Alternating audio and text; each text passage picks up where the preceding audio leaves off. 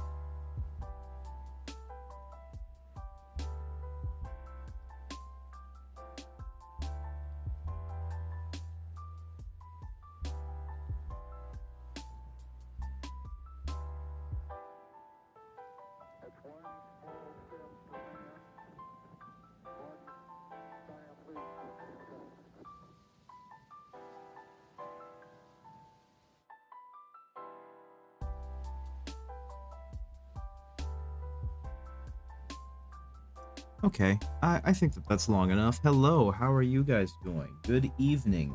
It is I, Henry Paints. If you don't know, I am a small-time painter, commission painter, and hobbyist who just likes painting cool things. And today, I'm very excited because I have a very cool thing that needs to be painted.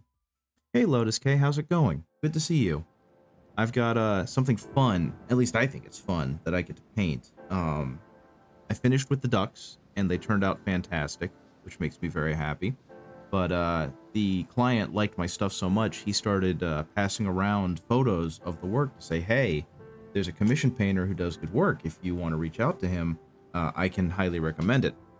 And so I got a message from another individual who had another Blood Bowl team that he wanted painted. And they are actually metal rat men from second edition, and some other just kind of metal rat men that I guess existed at that time. So I get to paint some metal minis, and that just makes me incredibly excited because I think the metal minis are super neat. Hopefully you guys will share in this excitement with me, but we will see. Let's go ahead and get started, shall we? Let's get rid of the starting soon. Let's get rid of the starting soon image. And I have tried to change the camera up a little bit because I didn't like how close it was to me, and I've got some rafters overhead. So I tried to hook up the arm so that there's a little bit more of a top-down view, and I'm not sure if that's going to work. Hopefully it'll get it to stop shaking whenever I hit something on the desk, but we shall see. So let's go ahead and turn on the main camera. 3, 2, 1. Boom. There we go. And there are my hands. And here's an example of one of the minis and why I'm so excited to do this. This is a very substantial mini. I can feel the heft behind him because he happens to be made entirely out of metal. And I just think that that is so cool. I love the metal minis. And I've got a ton more. Go ahead and find one of the actual Blood Bowl related ones because I think these are so neat. Hey, Snowtwig. Good evening. I know that you're Eevee, so you're going to try and get to that, but I've got some really cool old Blood Bowl minis. These are second edition Ratmen that are made entirely out of metal. And this is my next project. You can even see in there, you can see the little metal tab. So I hope you have a good evening. I hope you have a good sleep, but I'm excited to figure out how am I going to paint these lads, because he did give me a paint scheme to work off of, and I'm going to do my best to follow it. But so far, one of the first things is like, how am I going to get all these guys readied up and good to go? Let's see, where did one of them go? There's a big one that I want to show you. There he is. Like, look at this rat ogre. I'm scared to hold him this way because he's just so heavy. And you can even see, like, his left leg didn't cast right. So it looks like it's just kind of peeling off in a weird, awkward way. But again, very cool mini. I'm very excited to get to work on it. And I can't wait to start painting these guys. The client showed me this very neat, heck, what would I call this? Orange and teal color scheme he wanted for his team. So I'm going to try and get that done to the best of my ability. Though I think to get us started, what I'm going to end up doing is painting all of these guys in kind of, I'm going to dry brush a brown on them. And then I'm probably going to go ahead and hit them with a ivory zenithal to try and make it a little easier to get some shades and some highlights on them. Since there are, golly, 3, 6, 9, 12, 15, 18, 21, plus another 9. There's exactly 30 minis here. So I've got quite a bit of work ahead of me. So I'm going to do everything I can to streamline that process a little bit and make things a little easier for myself. Hey, Dark Volt, good to see you. How are you doing? How's your day been? How's your evening been? I'm excited. Hey, Miar Aznabal. I believe that's correct. Hello, how is it going? I'm painting up these guys. These are 2nd edition Skaven. Well, some of them are. This one, I'm not sure what edition it is, but it is very much a pewter mini. Yes, this is a metal rat. I'm not sure which edition it came from. I know that they recently redid this model. Very cool, thank you. Yeah, glad to know. But the client also has stuff like this. Yes, this is my commission. I'm very excited. I've got 30 of these guys. I think there's a squad of 5 of them that I think are just straight from Warhammer Fantasy. And then the rest of them are Blood Bowl miniatures. So like, let me find another one. Yeah, this is a good one. Look at this rat ogre. I love the old pewter minis, so I'm going to start working on these tonight, and we'll see how that plays out.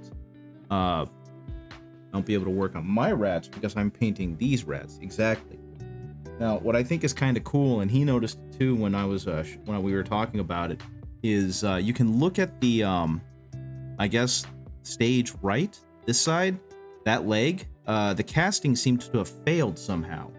So the actual leg is just kind of melted and dissolved, which I'm not sure how that happened or why, but as I was priming him and cleaning him up, I noticed it.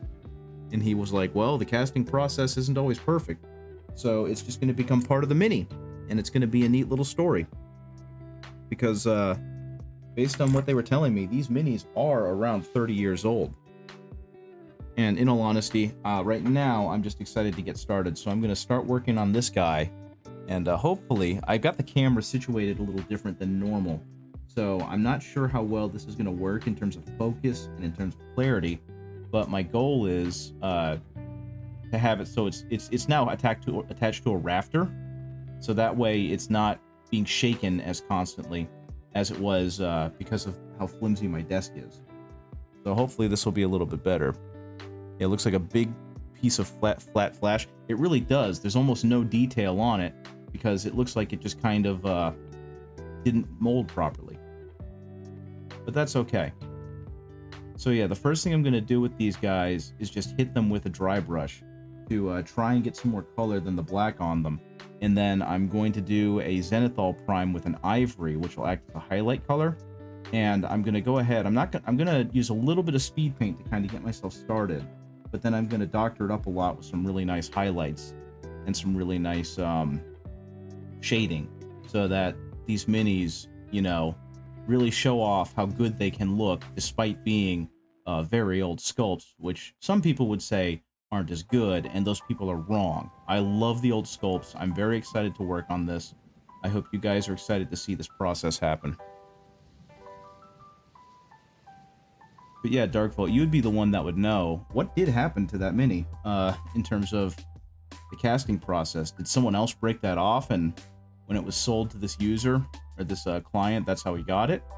Or is that a legitimate issue with the casting of these guys? Yeah, I love these sculpts. We're gonna go ahead and hit Big Chungus here next. I'm gonna need a lot more of this brown. And I love how textured they are. I love how much detail they have, especially for essentially being hand sculpted. Because if you don't, for those who don't know, if there is anyone out there that doesn't know, most of the sculpts nowadays are done in ZBrush, and so they're able to kind of add a whole lot more detail to them. I don't want to say fairly easily, because 3D modeling in itself is an art form, and I don't want to take away from the incredibly talented sculptors that are working for Games Workshop now, but these are all hand sculpted. You know, they make a model, they sculpt it, and then they shrink it down basically using a special device. But they had to account for a lot more things back then, I would think, in terms of construction and creation of these models. But I mean, like, look at this guy. Look at how cool he looks. It's a neat little model. And for anyone curious, I'm using this is a cheap makeup brush that I got off of Amazon.com. So I'm not using any specialty tools to do any of this work. Just some cheap stuff that was easy to purchase. Don't think so either. Some thick flash, or the metal might have cooled too early and it clogged in the spot. Another option is that the mold at that leg ripped and left the metal some cavities to fill. That could be it, and that does make a lot of sense. But it is weird that that one leg looks so gnarly. And it doesn't look like a wound, a battle wound or anything. It just looks like something failed in the sculpting process. Now, I will say, I am a little sad that these are already glued to the base, because I feel like being able to create the terrain underneath it would have been really nice. But I'm working with what I got, so what I'm probably going to end up doing is getting some PVA glue with some water and spreading it across the bases, and then sprinkling some turf and grass on there, and just trying to basically make it as nice as I can given the limitations I have. Hey, Mommy Dova, good to see you. I got some old school Skaven from a client to paint up. And these are Blood Bowl Skaven too, which makes them even neater. If I can identify what it's meant to be, I try and cut it off and green stuff some missing parts. I kind of like how it just looks like exposed bone. Because you can, I don't know how well you can see it, but it definitely has a look of like skin, the boot kind of melted off, and his foot is now stuck. It's kind of exposed. And I think that's a neat little happy accident. So I'm gonna stick with that. Kind of looks like a peg leg. Exactly. Okay, now I will say, because of how I'm doing this, I think I might want to switch to a different brush, because this one is absorbing a ton of paint, and that's a bit obscene. So I think I'm going to switch over to a smaller dry brush I have, and we'll see if that one can get me some comparable results.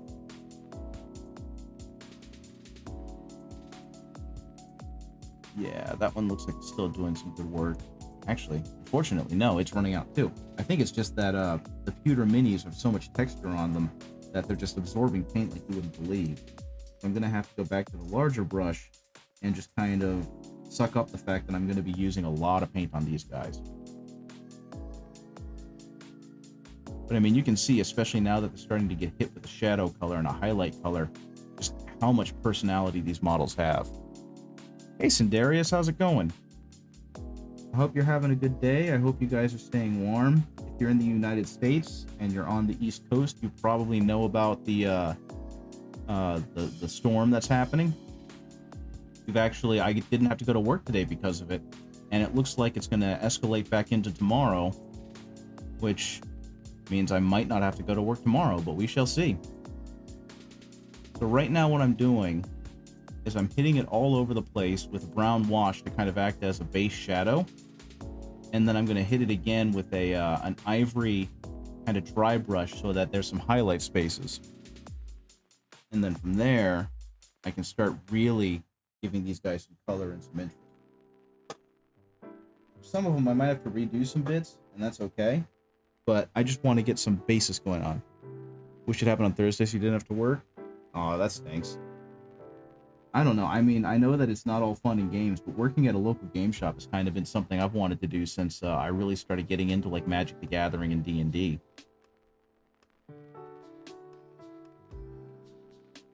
but I definitely get it. All work and no play make Jack a dull boy and whatnot. But yeah, you can kind of see how it's still leaving in the very deepest parts of it a black shadow, which is exactly what I want because I'm right now trying to create depth of color, right? Not much of a storm here. Well, I'm glad that you didn't have to deal with too much of it. It hit where we live pretty good. And when we weren't at the epicenter of it, we definitely have gotten quite a bit. I think we've gotten more snow with this storm than we've gotten all year. And it looks like we're due some more. So potentially they're saying over a foot of snow total. But it looks like tomorrow's going to warm up. This is an old gray seer. We got a dusting. We've been dealing with being sick or suffering from allergies, one of the two. Well, that stinks. That's usually the thing that prevents me from streaming is having allergies, because no one needs to hear my post-nasal drip, and honestly I don't have the spoons to sit down here and I don't want to say entertain, but you know, talk into a mic for 2 hours. But thankfully it's been so cold already that wasn't really an issue this time, and since the pressure didn't really change, I was pretty good to go. So I'm sorry that it's happening to you, and I hope that you feel better. Also, I think I asked this via DM, Mommy. Actually, no, I'm not going to bother getting into that, Mommy Dova, because I don't want to put you on the spot here. You can just go ahead and check your DMs and answer the question at your leisure. Okay. But yeah, you can see these guys look awesome. In the process of still painting the Miku Marines. Very neat. That is a neat design, and it's going to be very funny looking and pretty impressive once you get it all done. You're cool with that? Okay, fantastic. Thank you. Yeah, I kind of realized that just economically, it wasn't very feasible for me to buy what I wanted to get with the Emperor's Children release. And honestly, I don't need another army that I won't ever play. So the scale back I was talking about is probably what's best for me, but I would still love to have the Codex, and I would still love to have some of that other stuff, just because, you know, Army's just been released, and it's a cool one. Yeah, look at that. Easy squeezy. Very excited. So like I said, all these guys are getting a quick brown base coat, and then we're going to move on to an ivory, what the heck do I call it? Zenithal highlight, all with the brush. So for those of you who want to be able to do this kind of shading with and are scared because they think they need an airbrush, not necessarily. This grisaille slap chop method that became popular a couple years ago is still a great way to get good volume on your minis really quickly that you can then kind of really accentuate with contrast paints, or just use as a basis for when you start putting on your real colors. And something you might have seen more recently is people not just using black and gray and white, but moving on to other colors. You can always build the army organically when you like them. That is true, but I'm at a thing right now where it's like I want to get it all now because they have all these army boxes with deals, and economically, I was hoping I'd be in a place where that could happen, and unfortunately, no. But at the same time, I'd still like to get some of them, so I've limited what I will be purchasing, and it looks like Mommy Dova is going to help me with that. So I'm pretty chuffed about that right now. Gosh, I love dry brushing because it really is like magic, and it's weird to try and explain to people, but when they see it in action, it really kind of helps show exactly what we're talking about skill-wise. Yeah, the long and short of it, Dark Bolt, is that I realized, like I said, I'm not gonna play Emperor's Children. I've got a bunch of other armies that I barely get to touch, let alone play. So rather than buy the army box and have a ton of stuff on the painting queue that I just won't have time for and I'll get stressed out about, why not get a couple of key units and have those to paint up real nice?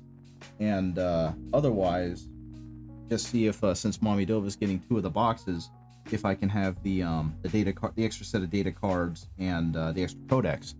And Mommy Dova said, sure, why not? So I'm basically getting all the things I want without having to break the bank to get it all. and that makes me happy. If I want more, I'll get the Combat Patrol or something. Because I'd love to do just a standard Chaos Marine army. Still haven't had a chance to do that.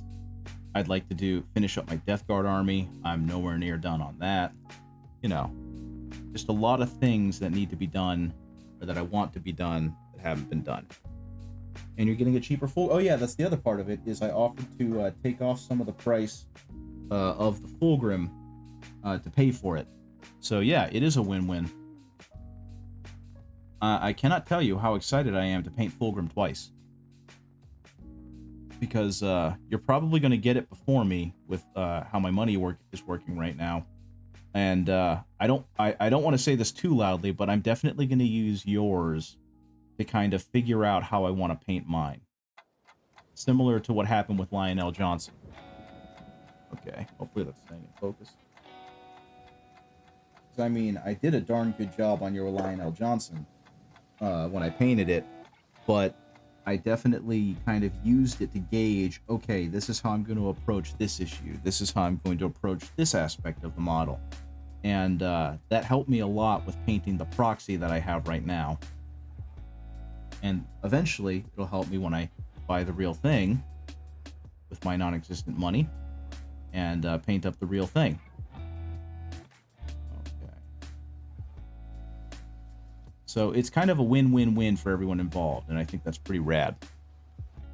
Look at how tiny this guy is. Once again, I miss these little models. I'm just kind of sad that I missed the era of these guys, and I get how maintaining them and assembling them is kind of a hassle, but I feel like that just really makes you love your army more, you know? Okay, this one's got a football in his hand, which I think is really neat.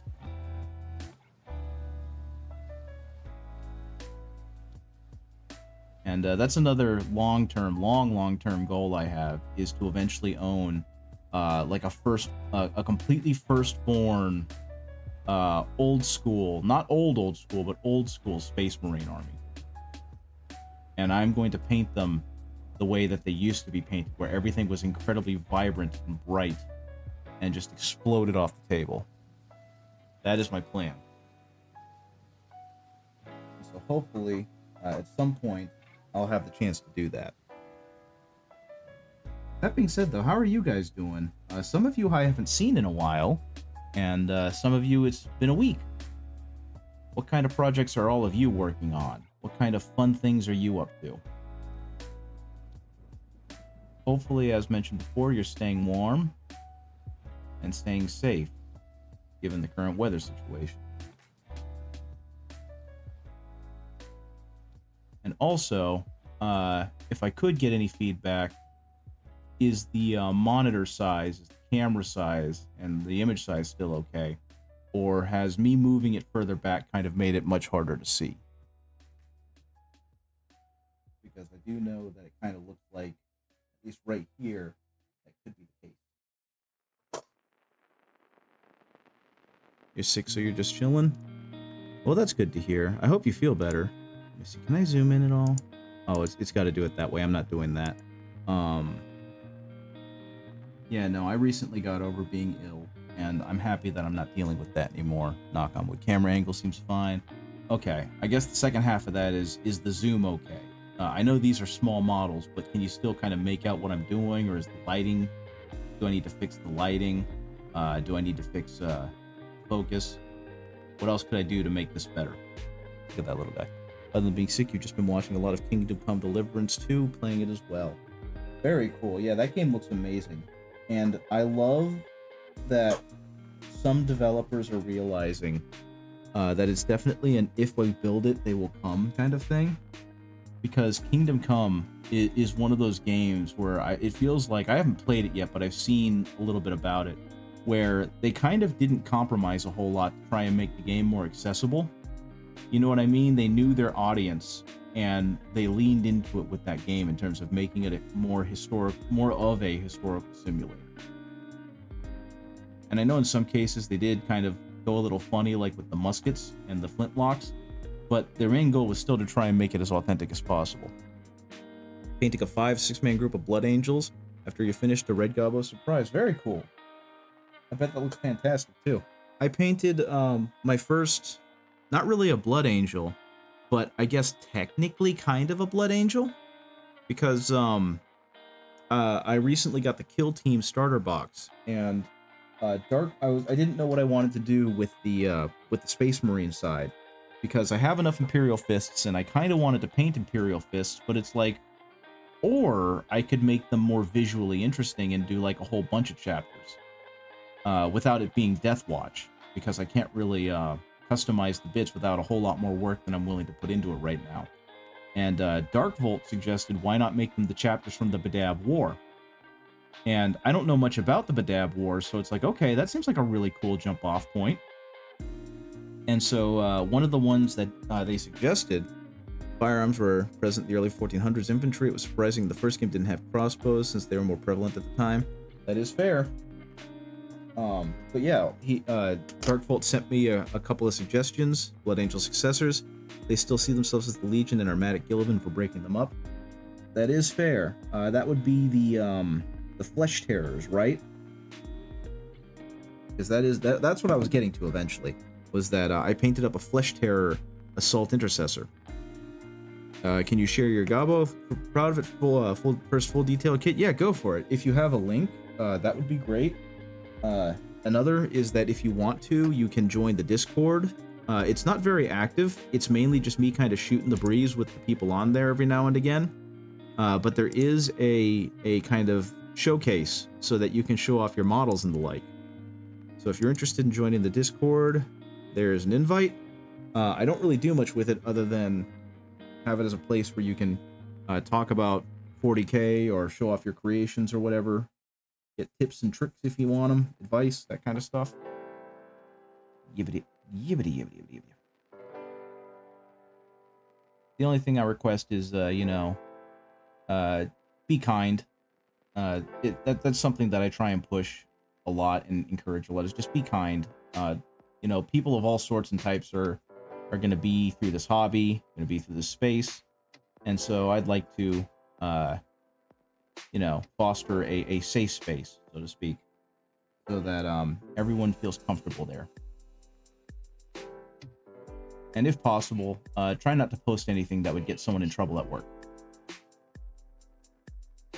Which, thankfully, hasn't been an issue because everyone has been wonderful about asking and making sure that, it's okay. I haven't had to really chastise anyone. So it's been all good. Okay. That one down there. And actually, let's see. Take a look at this Flesh Terror, shall we? This is the first time in a long time I've actually used effects on a model. I normally don't. So I did what I could, and I think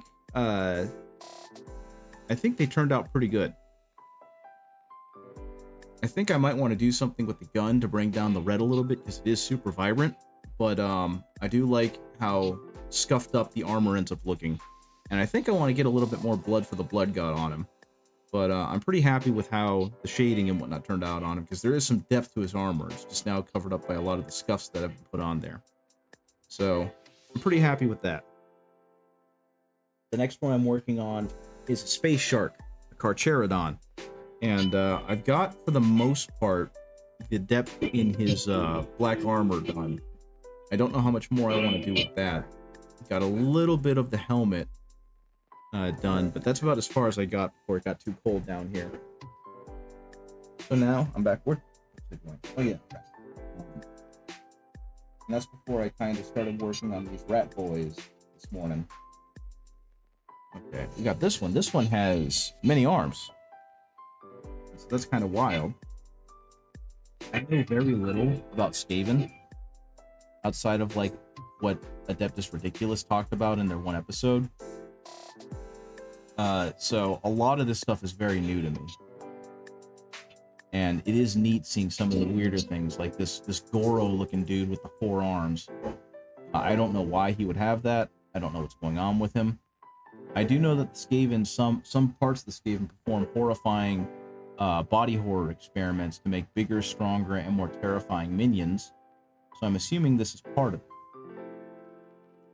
if you want inspiration for Space Sharks, I think Siege Studios did a beautiful army. I might have found that because I did find some pictures, and I've seen some go really into like the Polynesian tribe look, which I think is really neat, and I've seen others where they just kind of did a really good job painting the black armor and giving it a lot of depth. So those are the two main ones I'm using as visual inspiration as I continue to paint him up. Because I do want him to look interesting. Clan Molder does that. Frankenrat, that makes sense. Now I will say something that I both love and hate about these older models is you can definitely see the mold lines. They're very obvious on there, and they're really hard to get rid of because it's a lot harder to kind of sand down the mold lines on these guys so they're less visible like on plastic. And don't get me wrong, I love the plastic. I love the fact that it's technically more durable in some ways. It's more flexible. If it breaks, it's a lot easier to fix. But there's just something about this heavy pewter that feels great. While cutting and filing. Yeah, I managed to do some scraping and and whatnot, but it was definitely, you get an A or you get a C for effort kind of thing more than anything else. And it worked okay. I feel like I got much better results on some of my other minis. Okay.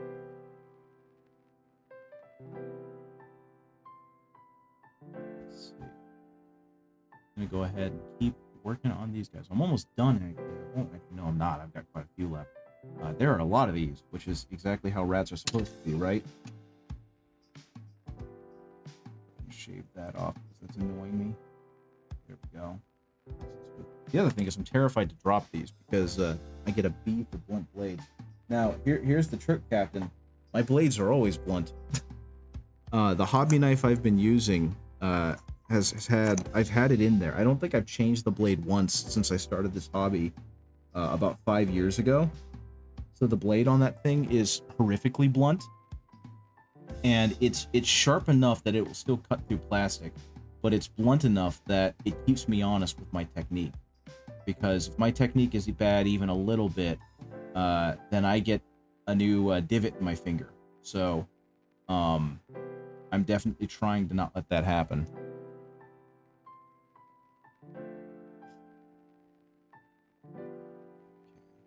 I love that he's doing kind of a Machoke pose right here.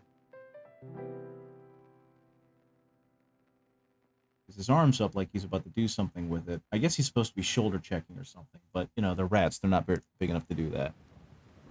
Yeah, and that's what I keep hearing is that blunt blades are actually reductive if you're trying to get better with knife handling and like all the knife techniques, like with whittling. And I get it because blunt blades are the ones that skip.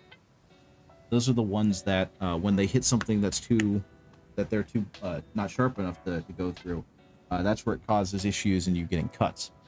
And I agree wholeheartedly. Don't get me wrong. I'm just, what the experts call lazy. Because I have a ton of extra blades. I've just been, honestly, too lazy to switch it out. And now it's just become my beater blade for when I have to do stuff like this. And I got a second hobby knife for when I really need the precision, which is not very often, actually. Okay, the good news is these are going pretty quickly. I hope it's not because I'm rushing through them. I do love some of the little accents on these guys, like their helmets and the chainmail in the front, or like this one's got a grill and he's got the little eye slits like the Roman gladiators, or the Greek, Roman gladiators. Either way, very cool. I really like some of the little effects that they put on these models to make them more interesting visually. Because I feel like even though a lot of them are sharing the same poses and are obviously variants, I'm still seeing a whole lot of variety across these models. And I will be honest, now that I've done my second Blood Bowl team, it really makes me want to start playing Blood Bowl. So I've got to see if I can get some friends into Blood Bowl. Because I do have a Blood Bowl team, and I have plans to get another one. Rush early, be precise later. Yeah, especially on this. I have no clue how to play it. I've never done so, but it looks like there's a decent enough group that are trying to get like leagues together and whatnot. So it would probably behoove me to reach out and talk to someone so I can learn, so I can teach one of my friends who's interested in learning.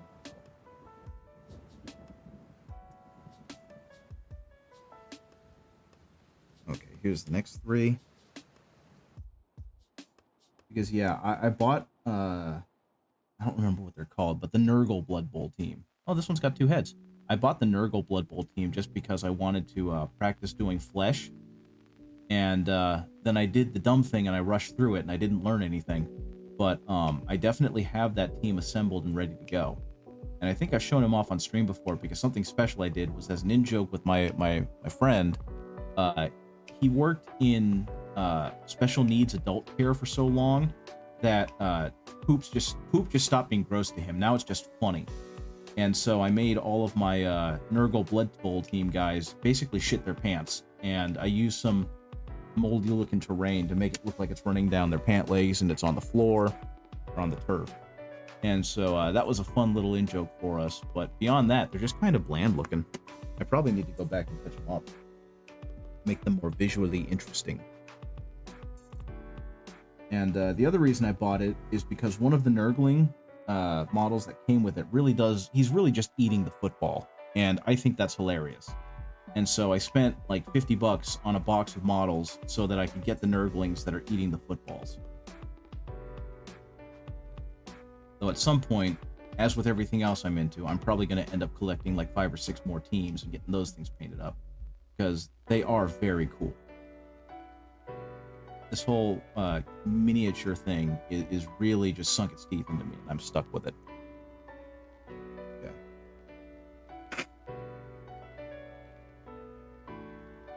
But yeah, my goal is to not spend a whole lot of time on these minis, because while I am thoroughly enjoying it, I don't want to keep these from their owner for too long, and I don't want to commit too much time to it. Because I definitely did not charge what I probably should have to get all these painted at the level that I'm going to be painting them. But as I think I've talked about before, I really don't recommend getting into commission painting as a source of income for anyone who would be interested and want to know how that goes. Because unless you're willing to do a huge amount of work and you're very fast and efficient, then you're going to lose money. The amount of time you spend on these is not going to be equal to the pay you should be receiving for them. So keep that in mind if you are thinking about getting into commission. Unless you have a portfolio showing that you are just an absolute knockout mini painter, in which case more clients will approach you to get high-profile models painted. But generally, that's not going to be the case. And so charging what would be a quote-unquote fair wage for yourself just isn't very feasible.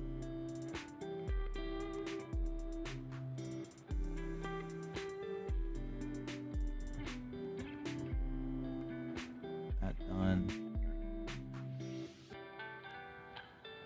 Oh, I wonder if that was the notification that I don't have to go to work. Are commissions your source? For a lot of this stuff, yes. I also collect and paint my own stuff just because I enjoy it.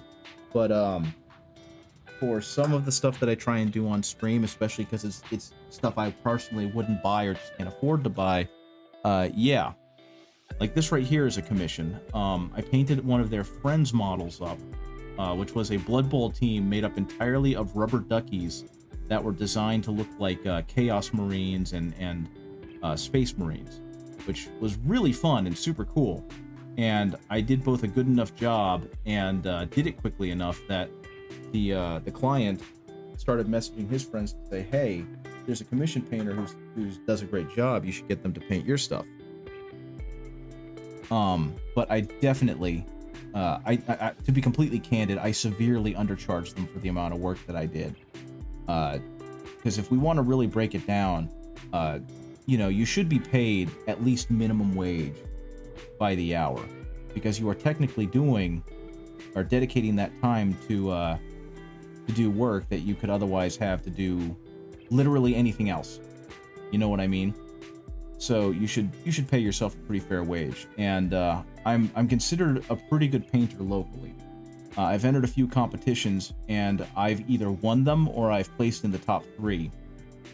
So I'm one of the better painters in my area, and that should command a little bit of a premium. But I don't feel comfortable charging that kind of money. So instead, I think I ended up doing, for the last one, like $5 a model, which, you know, if you're spending more than an hour on the model total, you're losing money. Hey, Magic Donut, how's it going? Uh-oh. Okay, I'm going to disable the camera real quick because I'm getting texts and I think it might be my job. So I'm going to go ahead and disable that, and I will be right back as I see exactly what's going on here. What is that? 2-hour delay tomorrow. Well, nuts. I was hoping for a full day off, given that we have blizzard conditions for until 4 p.m. But I guess that makes sense because it looks like it's going to be warm enough that the rain's gonna turn to rain eventually. Figuring out how to paint your custodies. Can I recommend dry brushing? It's kind of what I'm doing right now with the commission I'm working on, but dry brushing the gold over like a brown base coat ends up looking really good. So I would recommend that. Let's see, that's what I want. Okay, so you prime black? Yeah, so a gold dry brush over that would look pretty good. Of course, if you want to. I am not going to tell you have to do that, but it definitely worked for me and ended up looking really good. Okay, I'm going to take that. I'm going to mix some of the brown I was using with some of the ivory. When Shadow Keepers, but you may just go do the gold thing. That is fair. Oh, that's bold titanium white. I grabbed the wrong one. So what I'm working on, Magic Donut, I don't know if you saw it before they kind of went off camera real quick, but I was given a commission to paint up a bunch of 2nd edition Skaven for a Blood Bowl team. And they're all pewter minis, which is super cool. Yeah, in that case, I would legitimately just dry brush over it with a metallic of your choice and work off of that. Because you have the Norse Blood Bowl team. Very neat. Yeah, like, this is what I'm working with right now. And right now I'm just kind of doing some preliminary stuff where I'm hitting them with a dry brush so I can start getting some more depth to them in terms of their overall color. Okay. And so the next step on here would be to knock most of this off. I've got way too much paint on that thing. Now it's on my thumb, which is what I want, but just kind of hit this with what I'll call a zenithal dry brush so that it's only highlighting the lightest parts of the model. Oh, they are just yelling and yelling and yelling in that chat. I just found out that I have a 2-hour delay at work tomorrow because of the weather, so I think they're still yapping back and forth on there. And there you go. So that definitely looks a little better. That'll provide a little bit of brightness. And the next step after that will be just pure ivory dry brush with as little as possible so it only really hits the edge, which is exactly what I want. Go ahead and do this off as well. There you go. Same thing. Just broke down. And that's going to provide some nice highlights without completely going over everything I just did. And what this will do is when I use any kind of speed paint over it, it'll provide a really nice base or a really nice gradient for blending. It's kind of what you want if you're doing this system. And like I said, I'm going to go another shade brighter, specifically because I want it to be a good smooth transition. Maybe a base layer green and then dry brush gold and dry brush yellow on the gold as well. Oh, that could work, yeah. Okay.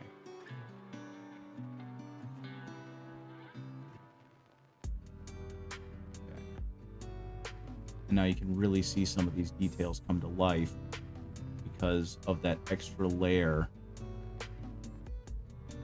extra bright layer that it's getting.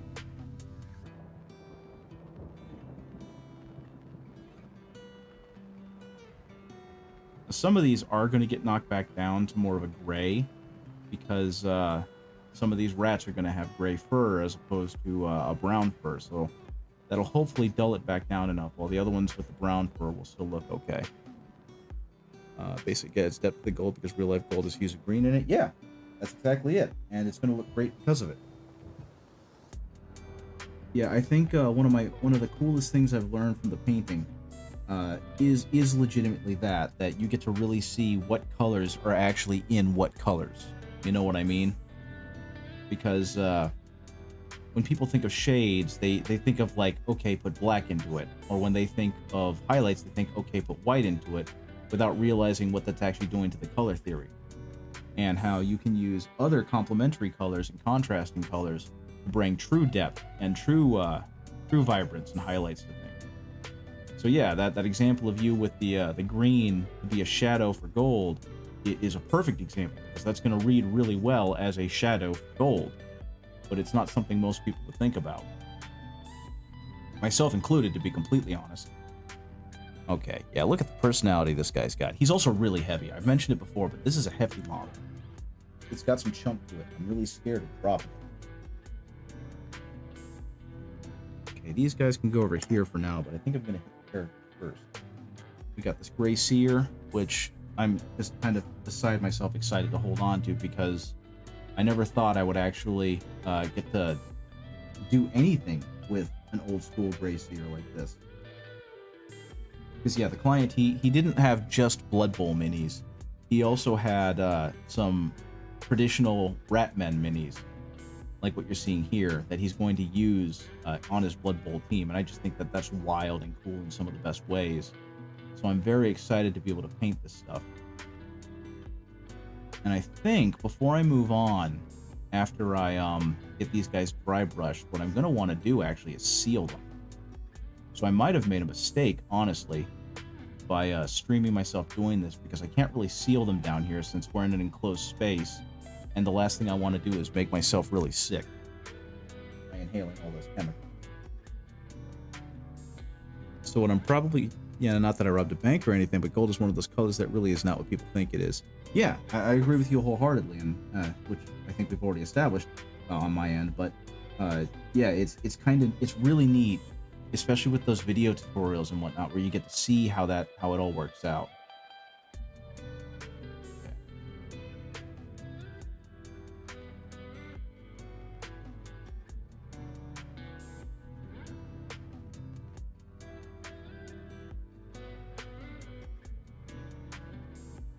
But yeah, I think I might have erred by waiting until tonight to dry brush these guys, because like I said, I probably should seal them just to make sure that this base layer stays on and stays strong.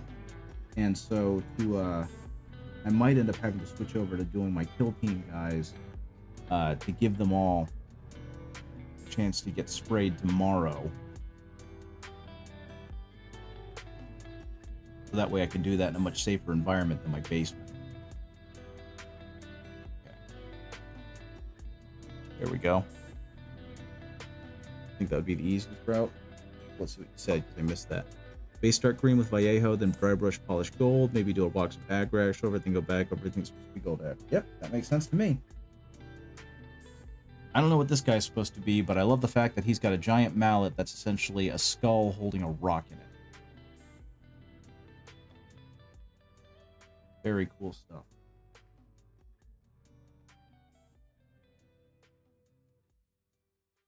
And actually, now that I think about it, this is going to be extra fun because I have not been able to contribute to Doig Swift's Community Day since, I think, November. And I'm going to have some very fun, silly things to show off between these two Blood Bowl teams. So that's going to be a lot of fun for me, on top of my other little personal projects I've been working on. Okay, yep. And see, you can already see. You think that's a Skaven Berserker for Blood Bowl? Makes sense. Yeah, I legitimately don't know what any of these guys are. Whoop, don't want to drop him. Almost dropped him. caught him in my thumb.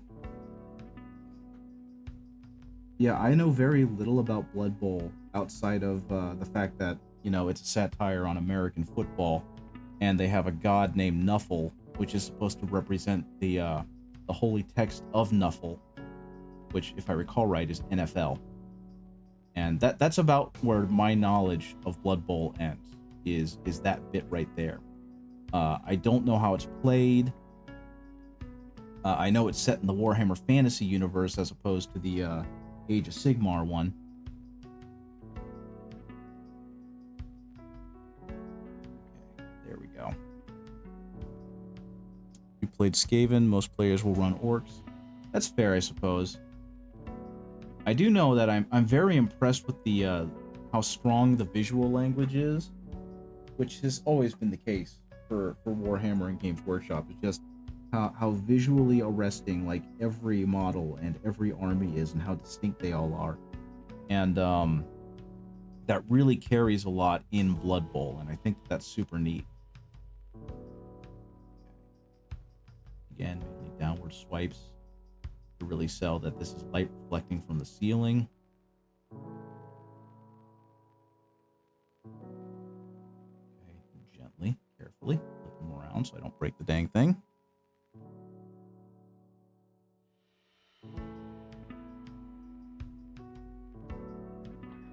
Yeah, the thing that kind of stinks about this is I did prime this guy pretty thoroughly, but I can definitely see parts where it's already starting to chip a little bit because of the nature of the, I guess it's pewter. And I'm seeing some little specks where the pewter is still kind of shining through. It's going to be my armies on parade this year to trying to find a larger play group. That's absolutely fair, and I mean, that makes sense. That's kind of what I've been doing with this Escalation League stuff, is just trying to get more joy out of playing 40k, because for the longest time I really wasn't, and it felt like that was a part of the hobby that I was just really missing out on. So I forked over some money, and I'm now playing in the Escalation League at a local game store, which is actually the one that Rayla works at now, and I'm having a lot of fun because it's teaching me a lot about the game of Warhammer that I wasn't really aware of because of only playing casually with friends. And I'm getting my ass beat because I'm not very good at it. I don't know the rules very well, but everyone I've played against has been incredibly friendly and incredibly patient with me as I've learned. And yeah, it's been good. And it just makes me want to play more and really learn the game in a way that I just wasn't that invested in prior. You know what I mean? So I'm happy that ended up being the case. Go ahead and shave off that edge. I'm trying not to cut my own hand. These are so tiny. Over there. There are like 3 people I don't like in my Warhammer community. Well, that sucks. I hope that changes and that number goes down to 0 as those people either learn to be better or leave. Leaving is kind of preferred at that point, but yeah. I don't think, and of course, I don't know the community that well over here because of my lack of interaction, but I don't know if we have anyone like that. Rayla would be the one to know, so if Rayla wants to weigh in, they're more than welcome to. Or Mommy Dova, my mistake. Didn't mean to call you out that way. But yeah, if Mommy Dova wants to weigh in, they're more than welcome to. Okay.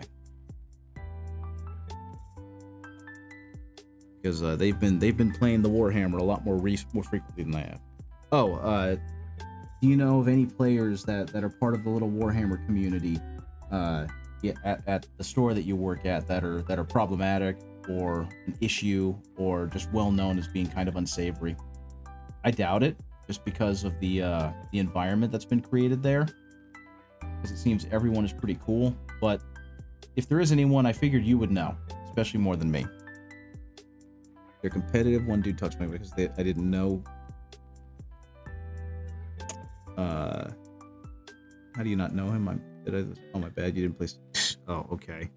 Yeah, some people have a little bit of an inflated sense of self-importance, and that kind of sucks. There's one person who buys the army boxes and resells them for a lot. That really sucks. I hope that, I mean, you can't really stop them from doing so, but that's pretty shitty behavior. And I'm kind of sad that that exists because it's like you're actively screwing these people out of a chance to get these at a fair price. So I'm sorry, I don't like you. But I'm glad that that's like the only example of unsavory behavior that you could think of in the Warhammer group at that store, because that just tells me that most everyone else is pretty good. Less than great hygiene. Yeah, that's to be expected, unfortunately.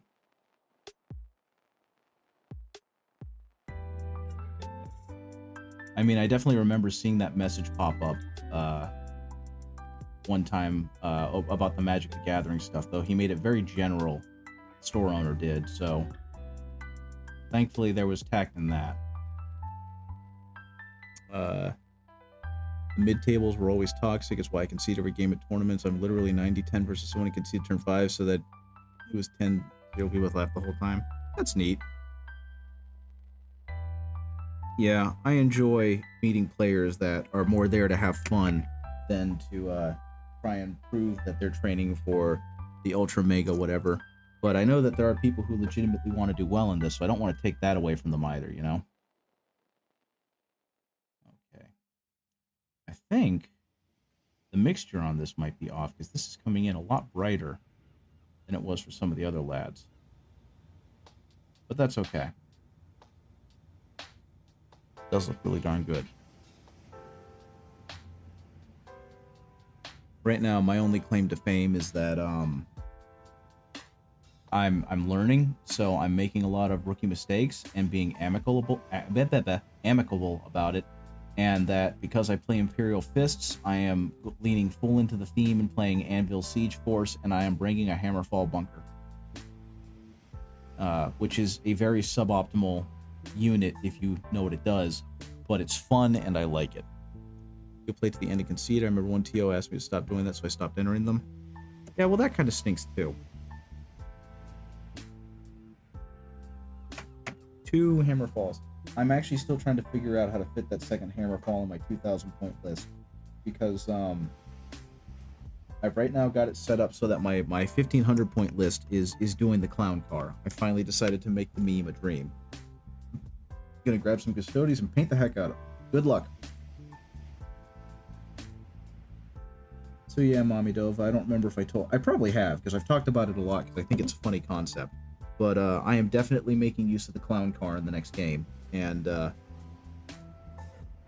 fighting Space Wolves this week. Very neat. I have no idea what I'm going up against. I've never played against this person, and they don't say what army they're playing. So I guess I'll find out when I get there on Sunday. I do know that they're gonna have to deal with the clown car, so we'll see how that goes.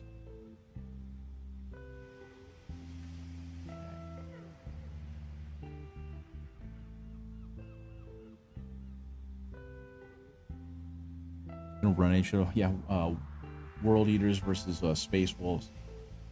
Too bad both Angron and Leman Russ won't be there to settle who actually won.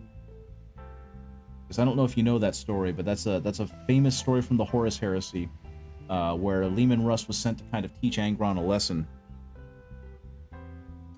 And that is true. I don't use best posts, so I don't know how that worked. But yeah, Leman Russ was sent out to teach Angron a lesson, and they had a fight.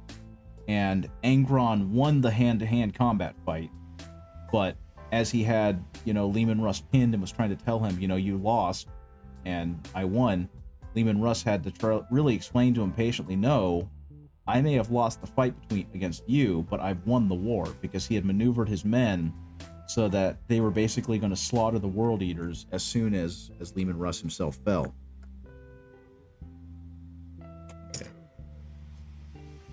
And so that became a point of contention between those two armies as to who actually won that engagement and by what metric.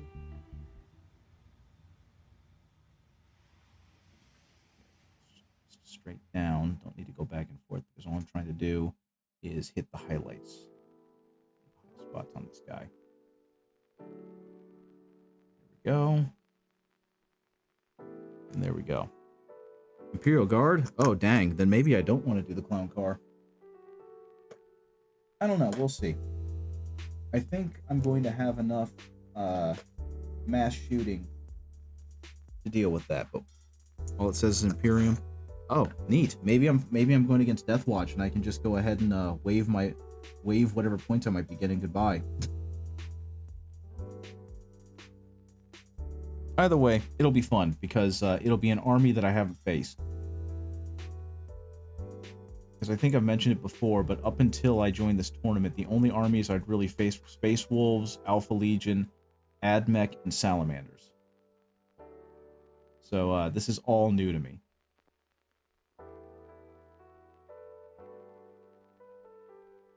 And that's kind of what makes it so cool, is everything is still novel, everything is still interesting. Okay, that one's done. Oh yeah, and Custodies, that is true. I did face those, and that game definitely went. Not very well, but it went. And it was also a learning experience on how good synergies can make or break a game.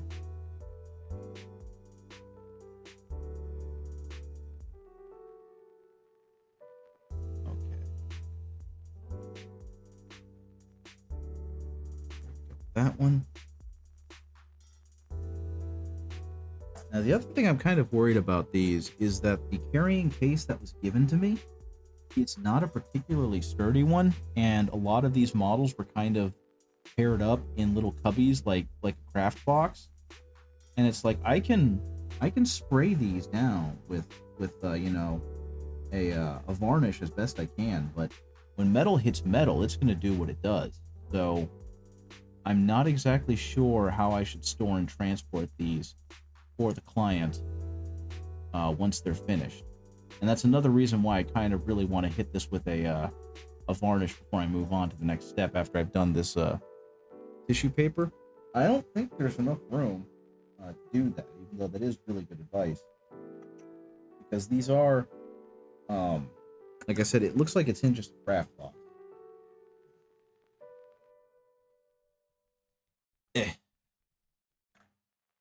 This is how they got them laid out, and a lot of these models are too tall. I think they're too tall or they're going to fall on each other, so I'm just worried about what that's going to do. But I suppose we'll see. He may do Grey Knights for the next league. At some point, Mommy Dova, I think you should unleash the lion and do Dark Angels. Though I understand your reticence to do so because they're a fairly new faction, so we've quite a few people I think are playing them.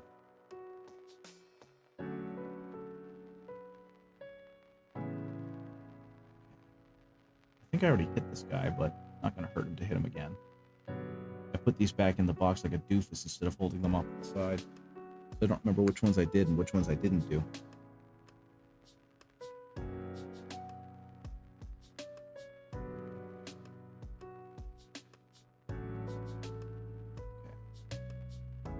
Go. Now these ones are done alongside Big Lad. These three.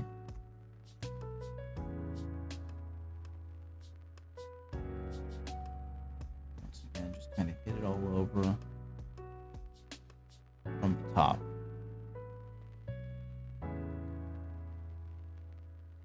But yeah, so since I'm not sure exactly what I'm fighting, Clown Card is. We're going to get to see a bunch of aggressors pour out of a Land Raider and do as much damage as humanly possible to the biggest target they can find.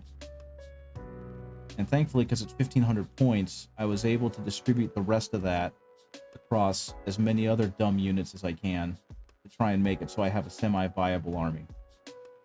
I also ended up making a second Clown Car with an Impulsor and a bunch of Hellblasters. So we'll see how all that goes. One day you'll play the Dark Angels. Yeah, eventually, one of these days, they will see action.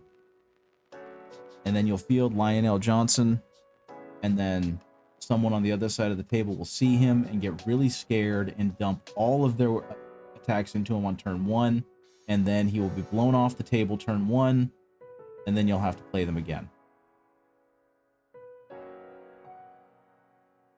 Okay. Yeah, this is actually getting some really nice subtle shading on these guys. I'm pretty happy with that. You actually need to diversify your Space Marines, mostly Terminators. That's what you wanted, though, wasn't it? You specifically went in, like, Terminator heavy because of those boxes. Yeah, these 3 guys are down. Oh no, he fell. Thankfully, he fell into the tackle box. That's okay. Yeah, if I remember right, aren't the Dark Angels good with, like, plasma guns and obviously melee? What really got me was just seeing how disgusting the Librarius discipline is. Because if you have not faced that yet, probably get some Gravis and Jump Boys. That's fair. If you have not faced the Librarius Conclave yet, they can make some very potent fire, especially against bigger things. Because a whole bunch of guys shooting with dev wounds and having anti-vehicle and sustained hits, that does a lot of work. A Stern Guard, a 10-man unit of Stern Guard with a Librarian was able to take out a tank or a Vindicator in 1 round of shooting. It was very impressive. Made me big sad because I was dumb and I didn't understand how cover worked. But guess who understands how cover works? Or guess who understands how cover works now? So I learned a valuable lesson. They also brought my Redemptor Dreadnought down to basically uselessness. Cover is dumb. I think I understand why it is the way it is, because it's such a weird abstraction. And I'm not saying that what they're got right now is perfect, but I understand why it is the way it is. I'll leave it at that. Because they're trying to find a way that's both simple and readable from the table, as opposed to having to try and find specific rules in the rule book, and it's like, I get it. So, and also, I speak from a place of extreme inexperience, because I've only really ever seriously played 10th edition and a little bit of 9th edition. So I have no idea how much better cover was in previous editions of the game. Okay. This in, and then last coat will definitely be a bright one. It's going to be pure ivory. I'm tempted to buy one of the Krieg artillery crew teams. I'm doing it. They're $60. I am so definitely doing it. I didn't realize they were basically on a dinner plate diorama because of the size of their base. So it's like, no, that's exactly why I got into 40K, was models like that. So I owe it to myself to buy that and paint it just as a personal project. So that is definitely happening on my end. Is that flash? Oh, that's flashing. Dagnabbit. Let's see what I can do here. We're going to take a little bit of flashing and just bend you off. There we go. That lab is done. Yeah, I'm not super fond of the Krieg. Not for anything they did, just because they're like the most popular sub-faction of 40K, especially for like newer players that are just coming in. And so I've just been kind of overexposed to them. And I'm really happy that they got a new release, because they deserved it. They're a neat army. But, they just don't do it for me. So, having dioramas of them, though, very, very cool. So yeah, I think when I get some extra money, I'm going to buy that artillery piece, and I'm going to try and turn it into the coolest diorama that I have.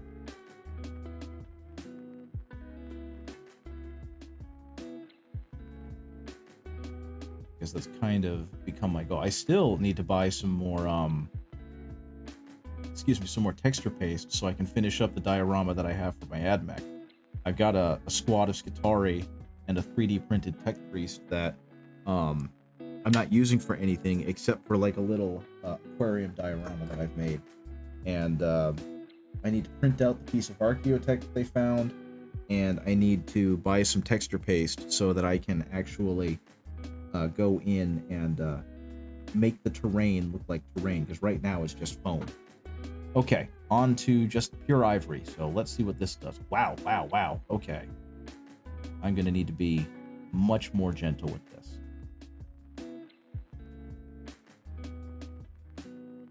Now, the good news is I do still want pretty good coverage with the ivory. I don't want this to just be light, because it is going to end up being where whatever color I put down is going to be represented brightest on the Mini. So I don't want to exactly neglect to cover everything, but at the same time, I still got to hit that balance of not covering everything. You know what I mean? And you can see how much brighter that is in comparison to this one.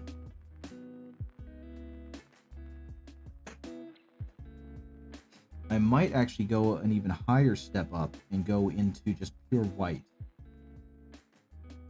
and be as light as possible with that, so that I have just an extreme highlight, because I know this ivory is actually going to dry down as opposed to remaining this bright on these guys. And having that last hit of bright white should help really sell the idea of contrast on them.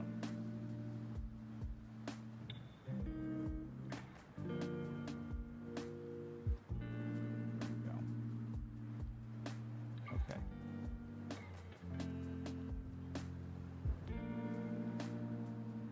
Yeah, I'm loving how these things are turning out. Okay, there's not a whole lot space covered on him, so hopefully this one will show up real good once he starts getting really hit with his paint. And lo and behold, that's exactly what's happening. He's gonna have some real nice color depth on him.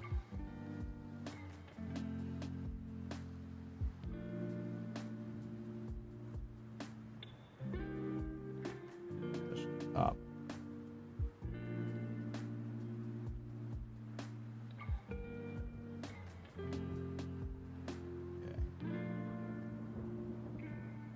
There we go. Look at that.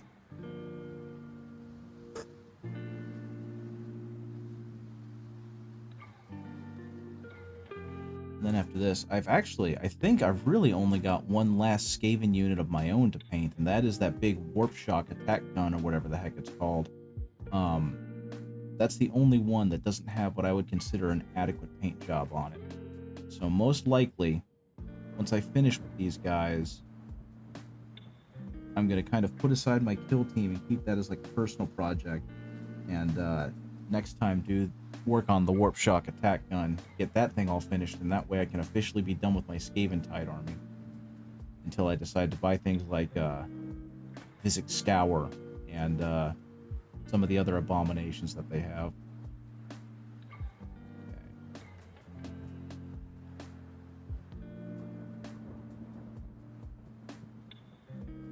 Because he is so heavy. I feel like I could throw him through a window. There's the gray seer.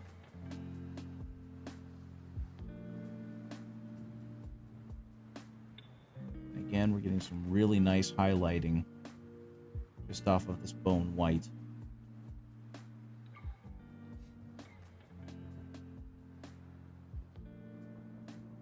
Add in a little bit brighter.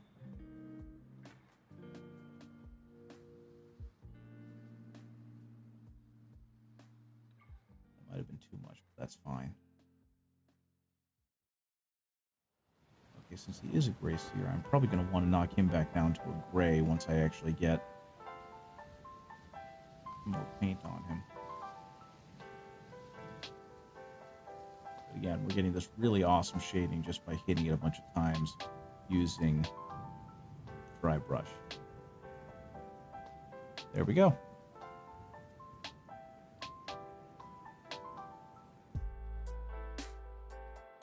Actually, with how time is going, it may take me all night to go ahead and just hit these guys with this dry brush.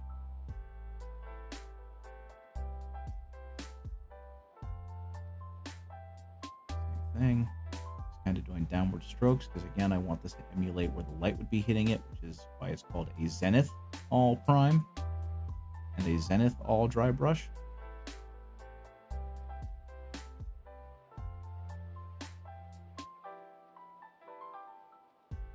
There we go. There we go. There a little bit. Top. And once again, really good looking shadow.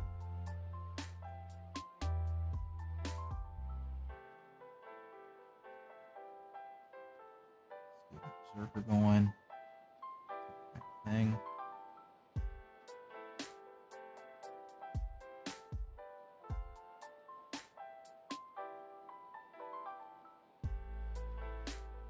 And again, what I'm really focusing on is just downward strokes. If I were to do it a little slower, I'm not going back up and down, I'm just going down. And what that should do, hopefully, is mainly hit the parts that are facing light, creating that nice highlight that you're starting to see, while leaving a decent shadow underneath so that when, say, a contrast paint or a shade gets put on them, it leaves brighter spots facing the sun, facing the light, and darker spots where it's obviously not hitting.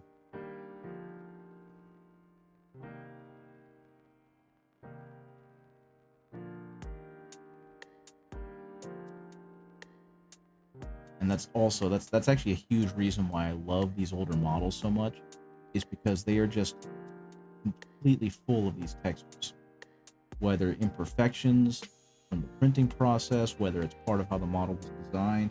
They are just chock full of texture on them for the brush to catch as you're dry brushing, and so you end up getting all this extra little detail that just makes it more visually arresting for the viewer, and I think that's super neat. There we go. Okay, and this guy is actually my favorite. I love it.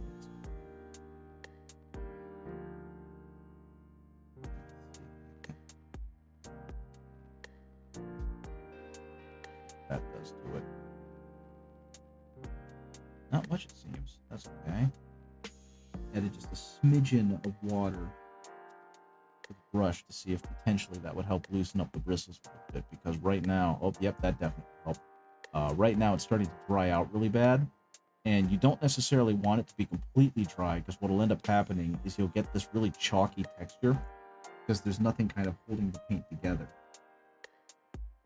So if you can, have like a tiny wet sponge to dab it on, so you're not getting the brush completely soaked again, because that will create another problem entirely, but it will at very least reduce down the amount of powderiness there is to the dry brush coat. Discovery Houston, press to ATO.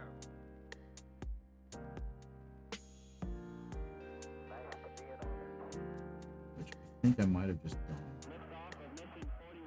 Let's see. Nope, we're good. Everything's coming through okay. Now, something else you can do as you get better is you can kind of selectively highlight. Like, the face is going to be an important part, the weapons are going to be an important part, so I'm going to cheat a little bit with the lighting on those to make sure they really show up. Okay. That is all of them. I'm going to go ahead and move back to the lion guys. Hopefully will not take us.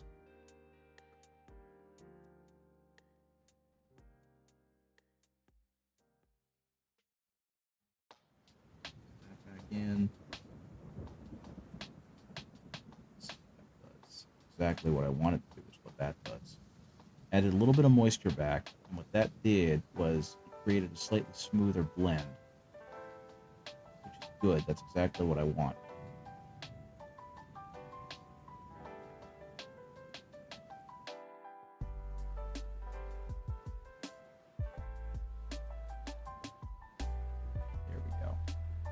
Nice bold.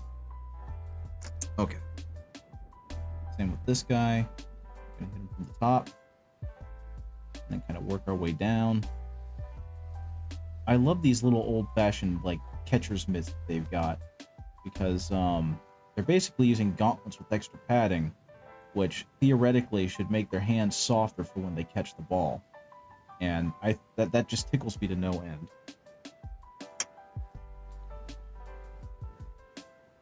More of that. More water. And dry that out as much as I can. As best I can.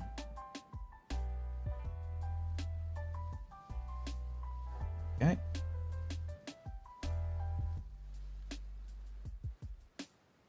Once again, easy squeezy. That one's done.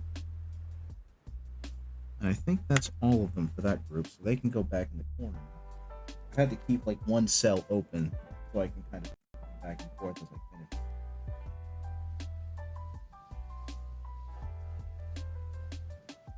On to the next set of lads.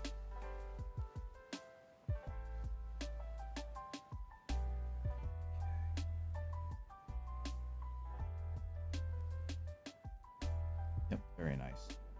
And again, just doing downward strokes with the brush to try and highlight only the top parts where the light will be hitting it and nowhere else. And that way, when they get some contrast paint on them, it'll kind of create that blending for us.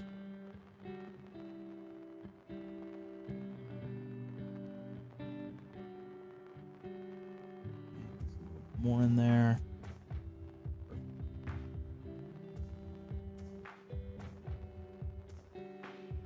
Okay, kind of the same thing with this guy as I did on the other one. Go ahead and hit him like that.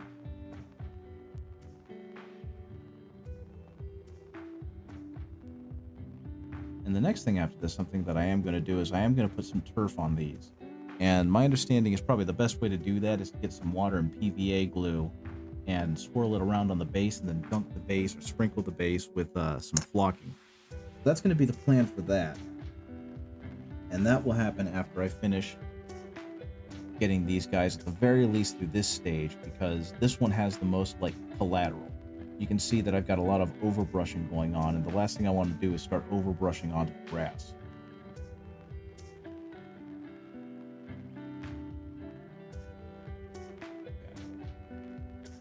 Guy looks good. Good to go. Another set are good.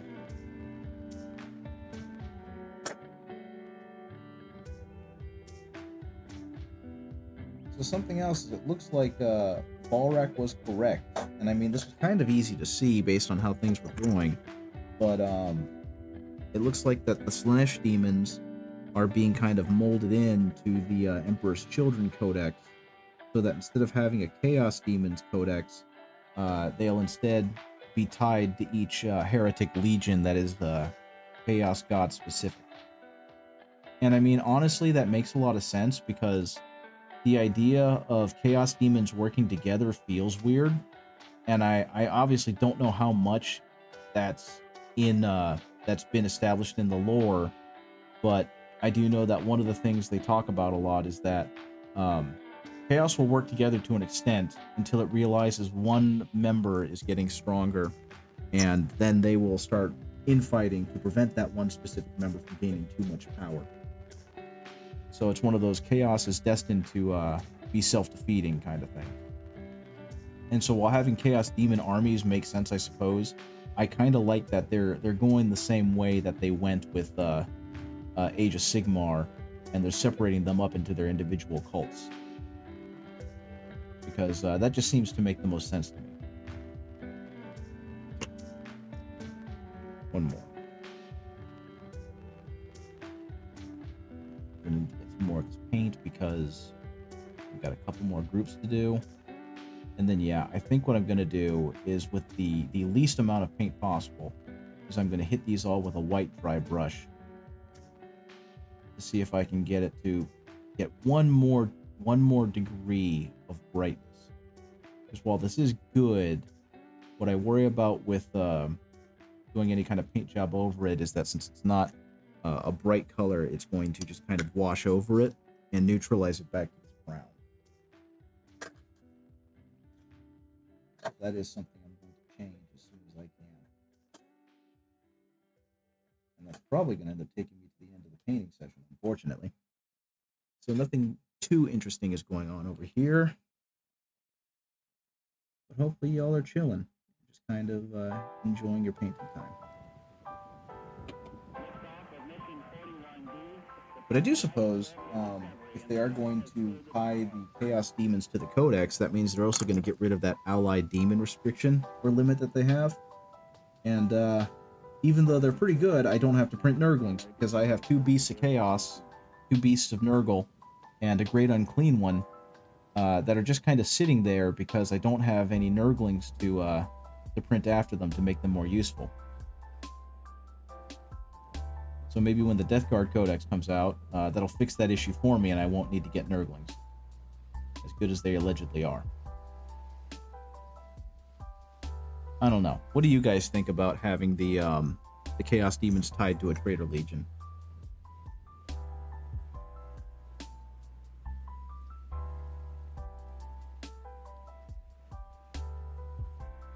Like I said, I think it was a pretty good idea. I think it helps give them a little more focus and a little more unity in terms of how to play them. Because one thing I do remember seeing is that, like, there were clearly certain troop choices that were better than others, and clearly certain units that were better than others. Feels thematic, like they're manifested by the greater demon influence. Yeah, exactly. And I think that makes a lot of sense. Because in the Chaos Demon Codex, it always feels like there's a right way to play it, and then there's every other way to play it, which are all the wrong way. That's, I mean, of course, this is just me seeing like online reports about it and whatnot, so I could be way off base. But that's how it always seemed to look whenever I saw those lists, and they were like, yeah, you don't ever take this unit because it's no good. If you want to have any kind of chance, you need to take this infantry unit instead. Just like, well, I would like to play the army. I mean, then there's that whole thing where if you wanted to do a fully Nurgle army, it'd be really hard to do. But now you kind of have a much better chance of doing so with Chaos Codex, the themed codexes. I don't know.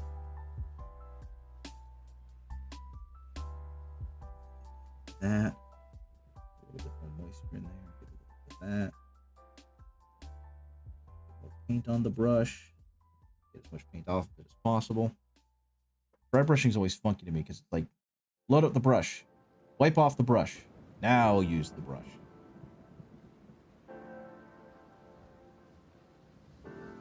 Like, I get it, because if you have too much paint on the brush, it can definitely do some funky things and not be as subtle as you want it to be. But it always feels weird to put a bunch of paint on the brush just to take a bunch of paint off the brush. Okay. And this little guy. Gosh, I love how these are all just little guys. There are some big guys, but most of these Skaven are just little guys.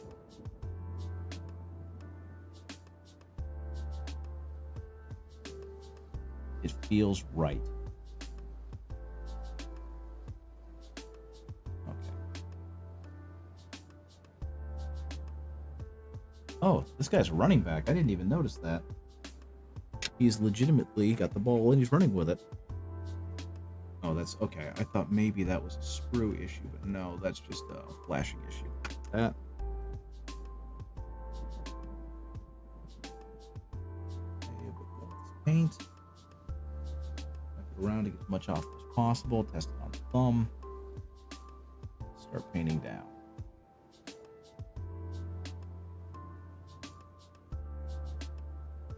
And again, you can see this one's going to get some very interesting color contrast happening. You can also see how powdery it's getting because of how dry the brush is. Okay. There we go. Okay. And like I said, it'll dry down. But it'll look fine. Once it finishes doing that. Okay. You three.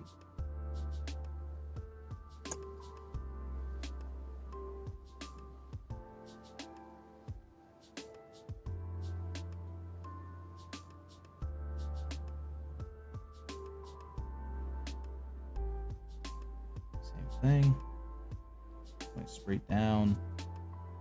Getting these guys to look like that. So, what do you guys think about the Wraithbone thing that popped up with the new Eldar Codex? I thought that was...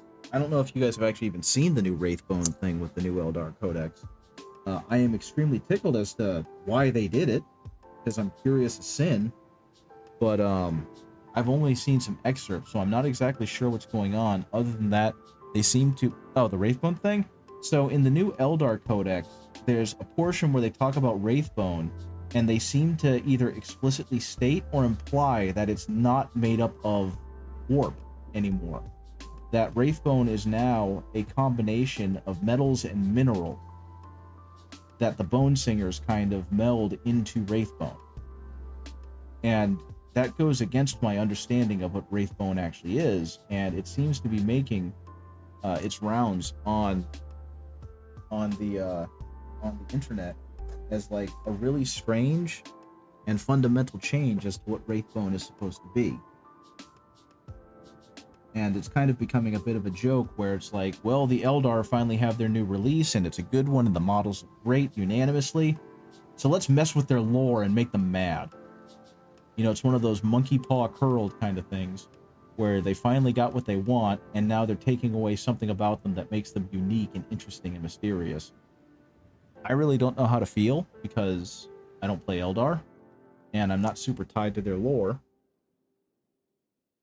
But I'm curious, like, what caused that change or why they would want to. 40K was always about unreliable narrators. That is true. I will say, it always does tickle me seeing how many people are so heavily invested in the lore that changes like that fundamentally alter their opinion of the game. Because I'm going to re-emphasize that word, their opinion of the game. It's a game. Though that one, yeah, I don't know why they changed it either, and that's kind of a weird thing. It's not like they did it because there was something, you know, bigoted or concerning or reductive about the old idea of Wraithbone. At least not in a way that would affect the ability to sell 40K to people. I don't know if this was just a single story of how Wraithbone is made and some things are being omitted, but it's just a weird change, you know? Well, of course you know. You've been playing this game longer than I have. Maybe because some people claim that Null should be able to dissolve Wraithbone because it's pure warp. I don't know. I think the only answer that I can think of, or that I saw, was people talking about how basically Eldari are supposed to be in a post-scarcity society, but the idea that they can just make Wraithbone at any point, as much as they want, for whatever reason, was kind of breaking for like how that society works. And I just realized I didn't care because everything about 40K is meant to be broken and stupid and overpowered and whatever else. So no clue. Not really sure. Not really worried about it otherwise. Just thought it was a weird thing, and maybe you had some insight as to potentially why they would do that. Okay. These all now have a coat of ivory on them, and that ivory definitely did more breaking than being able to manifest food by will. Yeah, I know, right? You can see that they're definitely brighter. I think the old lore made more sense since Wraithbone was some kind of warp psychic material that allowed a soul gem to live again, I'm assuming, essentially. Yeah, and that was my understanding too. So I don't know why they changed it. I don't know what kind of thing they're gonna do with it. But yeah, like you can see, this guy now has a much brighter highlight than he did. He's got a lot of depth to him once the camera focuses. But unfortunately, I'm still worried that this is not going to be bright enough. And so what I think I'm going to do is I'm going to go ahead and do a final white dry brush. Mainly just to hit the brightest spots. And I'm going to ask the council what their opinion is on that move. Should I go ahead and hit it with one final titanium white dry brush to try and make sure that it has enough contrast, that the football colors are vibrant and really noticeable once they get put on. Because I'm not just doing a speed paint thing with these, but that's kind of where I'm basing my shading ideas and my strategy off of. And so I'd love to hear from you guys as to what you think I should do in this case. As long as it makes for interesting stories, but I can't see how changing it will do that. Yeah, that's the thing, is it's like, why would they make this change? And it's not really a how dare you, it's just, okay, you've made this change. Why? And that's more what I'm interested in, is trying to suss out like why they would do that more than how dare they do that, you know? But yeah, the question still stands. Should I go ahead and do one last, like, very light white dry brush on these guys to really make them have a bright spot? You changed it from one fantasy material to another fantasy material. Exactly. It's all science fantasy. None of it is hard-coded, and none of it really matters. Or should I leave it at this and use this as kind of the base for any other paint that's going to go on top? Because I am going to use some speed paint somewhere, but in most places, I'm not going to. I might use thin down speed paints as like a wash. If it's a material they have to steal from the Leagues of Votann, that keeps it psychic would be interest. Yeah, that is true. Looks like a good base to me. Baseball. I think then what I'm going to do is I'm going to go ahead and hit all the metal parts with the metallic speed paint just because I like it, and it's been incredibly useful. But what I've been doing actually is I've been mixing. Oh man, I have a lot of dried paint on there. Okay, I'm gonna go ahead and scrape that off because it feels weird. But one thing that I do like about the speed paint is that you can mix in a regular paint and it still maintains that smoothness because of the medium that they use in it. So what I've been doing, and it's been working pretty successfully, is I've actually been mixing in a Vallejo metallic in with the speed paint metallic to make it more vibrant, or to dilute down a gold, and it's been remarkably successful every time. So I'm pretty jazzed about all that. And so I think that's what I'm going to do here again, is I'm going to mix Vallejo chainmail in with speed paint, which I think is broadsword steel. Yeah, broadsword silver. And that will give me a little bit more and make it a little brighter than it is, so that way it stands out a bit more. And then I'm going to go over some of the metal parts with a fairly bright orange, because that is the uniform color that the customer wants. They want a bright orange and a teal. So hopefully all of that is going to look good once I finish putting on this metal base coat. And my understanding is they just kind of want this stuff tabletop ready. So there's no non-metallic metal. Yeah, let's go ahead and see how all of this ends up working out. Put that in. So that really blended into that medium. That speed paint medium. And that will hopefully bring the speed paint's brightness up a little bit, because the speed paint broadsword silver is remarkably dull. And while that is a little disappointing, I think it's just because I haven't been putting it on a white base. I'm going to go ahead and hit all of this stuff with this metallic.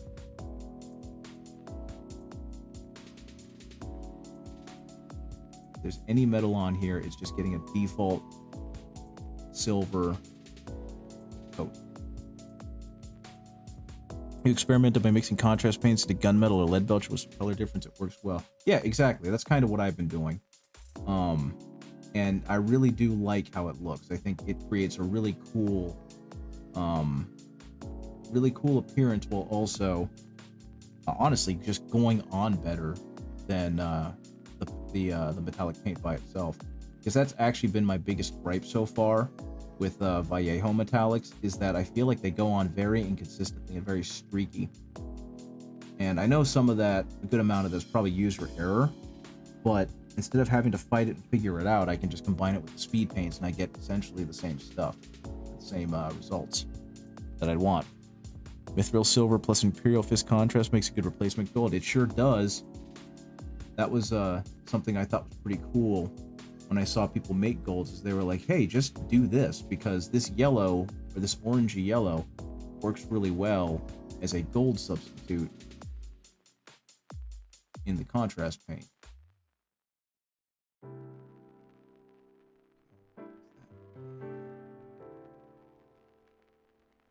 This is where things are going to get a little funky. So I've got to start hitting places that are a little more restrictive.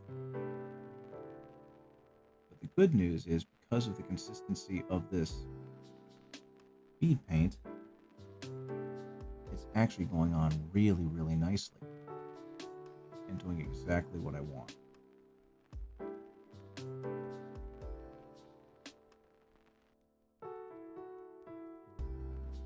so let's go ahead and get some of that there. Perfect. And I can just kind of base all of these coins in this color. And I can either go back over it with a metallic or with another contrast paint to work as said metallic. So yeah, you want to see if Ball Red and Retributor Armor makes a good candy red as a mixed color? It might. I'd give it a shot if I were you. Probably is going to look really good.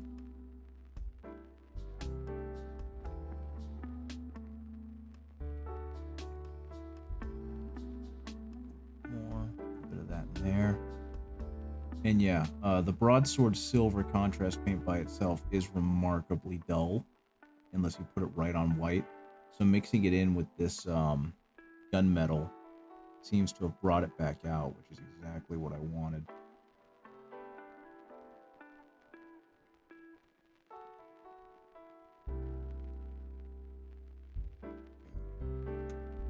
Go ahead and hit that trim. Start hitting some metal under here.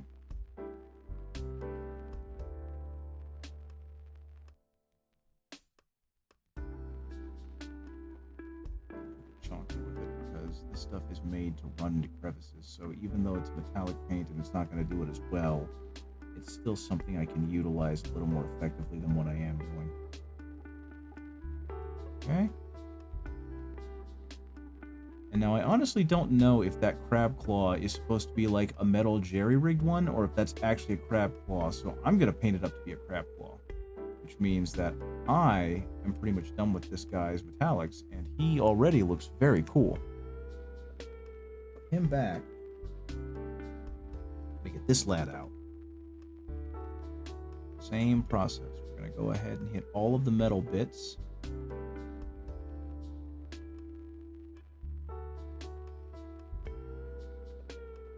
With this metallic paint mix that I've made, including these studs. And of course the knee pad. God, could you imagine what the paint jobs would have looked like back in the late 80s, early 90s if contrast paints had been a thing? It would have been stunning. Which is kind of what we're seeing right now.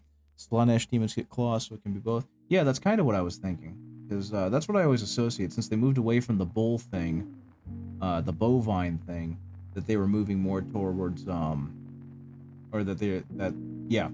Sorry, my brain potatoed. And they started moving towards, like, crustacean, which I think is interesting. I don't remember why they did that. Because, like, the Bovid thing worked really well with the Beastmen. And now they really don't have a Beastmen faction unless they're bringing back the cow thing. You know what I mean? Okay, so go ahead and make these horns. They're probably meant to be bone, but they're going to go ahead and be metal. Because, especially since this stuff's made out of pewter, it just looks like poorly fashioned metal anyway. This is going to go ahead and be metal. Spikes are going to be metal. I'll have to double check and see if the rest of this is metal at some other point. Maybe because everything evolves into crab. Yeah, that could. I mean, that does make sense, but I'd figure that'd be more for like Tzeentch if that were the case, right? Because Tzeentch is all about change. Though I suppose if you hit your final stage of evolution, then you're not really changing it. I don't know. It's a weird question that I don't have the answer to. Okay, I don't know what's going on with that tail. So I'm going to have to come back to that tail, look at it again, and see what's going on with it later. But right now, all the metal bits on this guy have been taken care of. Zinch has changed, Crab is entry. That is true. In that case, wouldn't it be better with Neugel? Since Nurgle he's not necessarily entropy, but he is finality, right?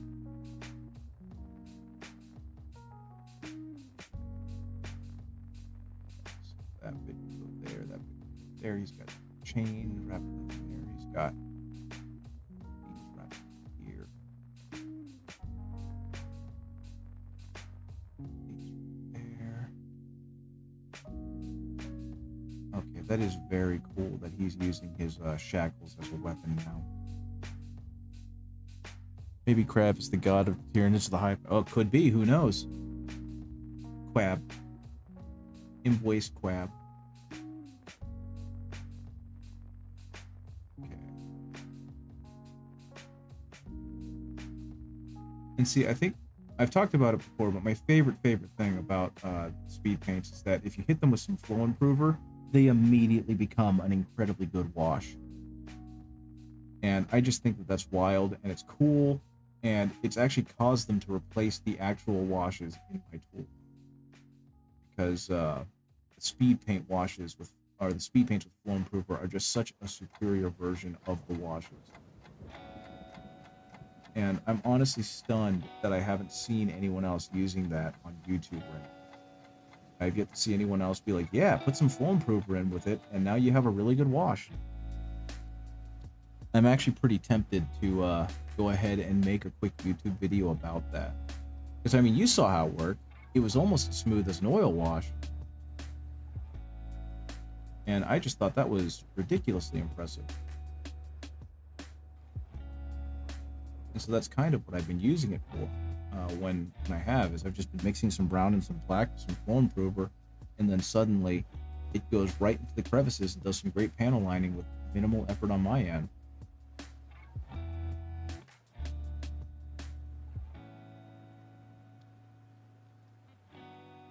Once again, fairly quickly, this guy's done.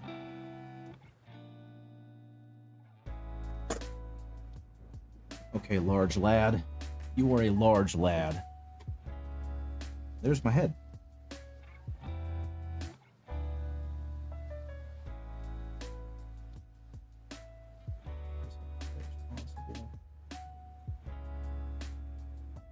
Put more back.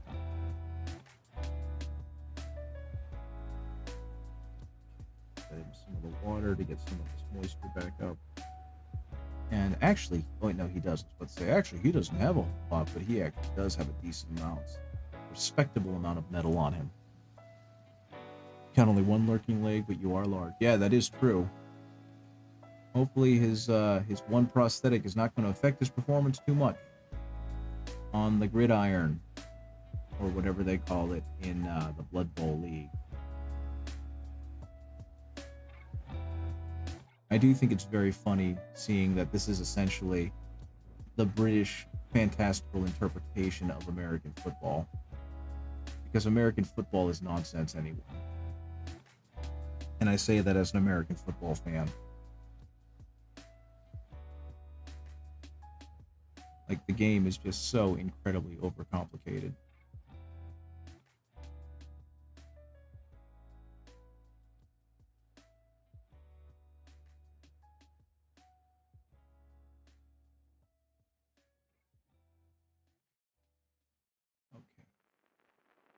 Go ahead and hit some of these studs. You mean hand egg? I definitely do.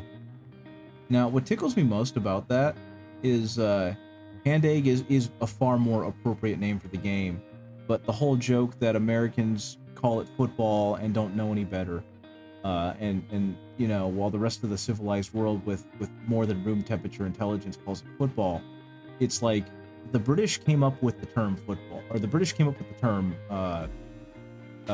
soccer. That's what it is. I'm sorry. My brain potatoed a little bit. But like how we don't call it football, we call it soccer. But all of these are just variants of football. We have gridiron football, we've got association football, we've got rugby football. And in Britain, they used to call rugby football rugger, and they used to call association football soccer. So it wasn't the Americans who came up with this silly name for the game. It was the British who came up with the silly name for the game. And the Americans just kind of took it and ran with it and just started calling gridiron football football because it became the more popular sport in the country, the more popular designation of football. I just think that's interesting. Because I was always under the impression that Americans were the ones who gave it the name soccer. Because we already had football and we didn't want to have another sport called football because Americans are selfish that way. Nope, not the case at all. Because the Brits gave it a silly name and it just stuck. Okay. That metal thing is done. This medallion. Gonna get it. This medallion is gonna get it. Oh my god, he's got so many little metal trinkets on him. Not the first time America chose to ignore the rest of the world, glanced at pineapple. Exactly. But I mean, at least in this case,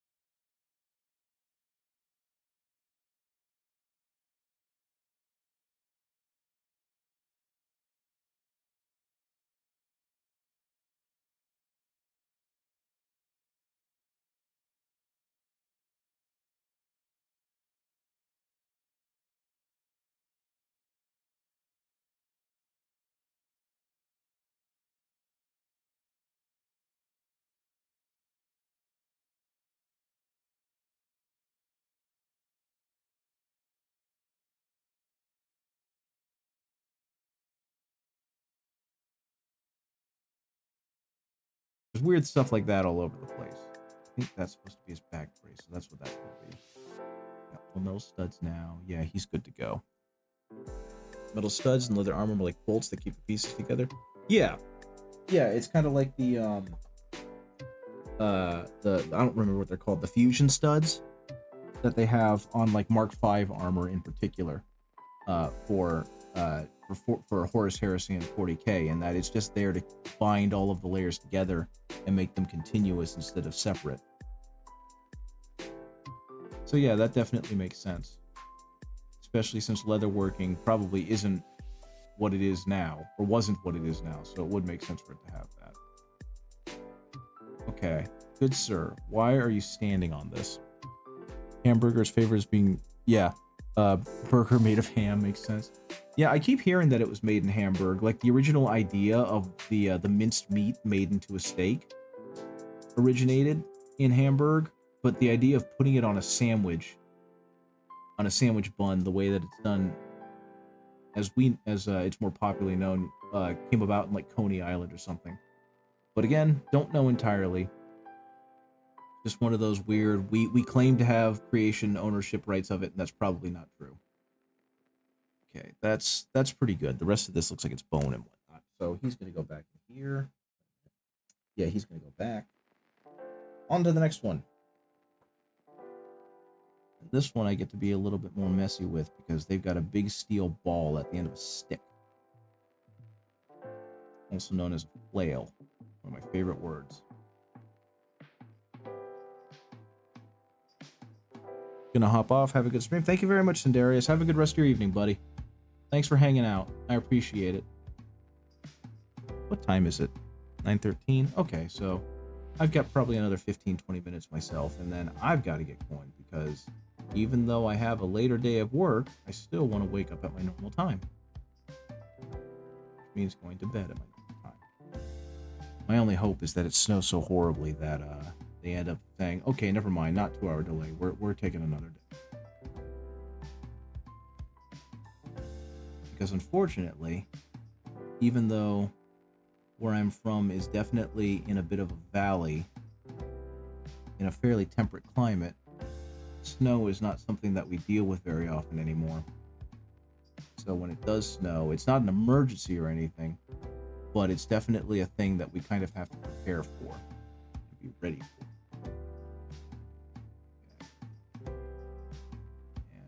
This is obviously going to get dirtied up and greased up and whatnot. Right now, it looks pretty pristine, and that's fine. Still remember back in the military, we eat rations recreationally because we were never deployed. The canned hamburgers were a big disappointment because they were meat patties in tomato sauce. It was the original way before bread. That does make sense, and honestly, that sounds a lot like meatloaf. But, you know, sad. In America, they make something similar to that. And it's colloquially known as Salisbury steak, where it's basically just a hamburger patty that has like beef gravy over it. Portion meatloaves, yeah. And Salisbury steak is one of those other kind of cheapy foods that they would serve to like kids and whatnot. And honestly, I like it. I like Salisbury steak a lot. But that's also because I wasn't unfortunate enough to have to eat it a whole lot, so it's still kind of a novelty to me, not necessarily a food of poverty. So at some point, I think I'm going to have to convince my wife to make Salisbury steak. Or I'm just going to have to make Salisbury steak, because I have the power and the competence, the ability. Okay, so this guy is holding on to a knife in his tail, a knife in each hand, and just for good measure, he's got a flail at the end of his hat. This thing wants to commit a murder. You like chicken nuggets and fish sticks? I honestly feel like if I meet someone that isn't a fan of chicken nuggets and fish sticks, then I don't know if I can trust them. Just because for the most part, they're just such a staple food. You know what I mean? I feel like there's very few places in the developed world where you can't go and get chicken nuggets and fish sticks. Of course, I could be wrong about the fish stick thing, but I do know that deep fried chicken bits is pretty much well known everywhere. Though I will admit, it is very funny seeing chicken nuggets and french fries at Chinese buffets, which I know are a very American thing, but it is weird to me just to see whole hosts of Americanized Chinese food and then just chicken nugget. Which I know, like, not all kids are going to like the same thing, so they got to have something that everyone likes, and that's why they go with it. But it is silly.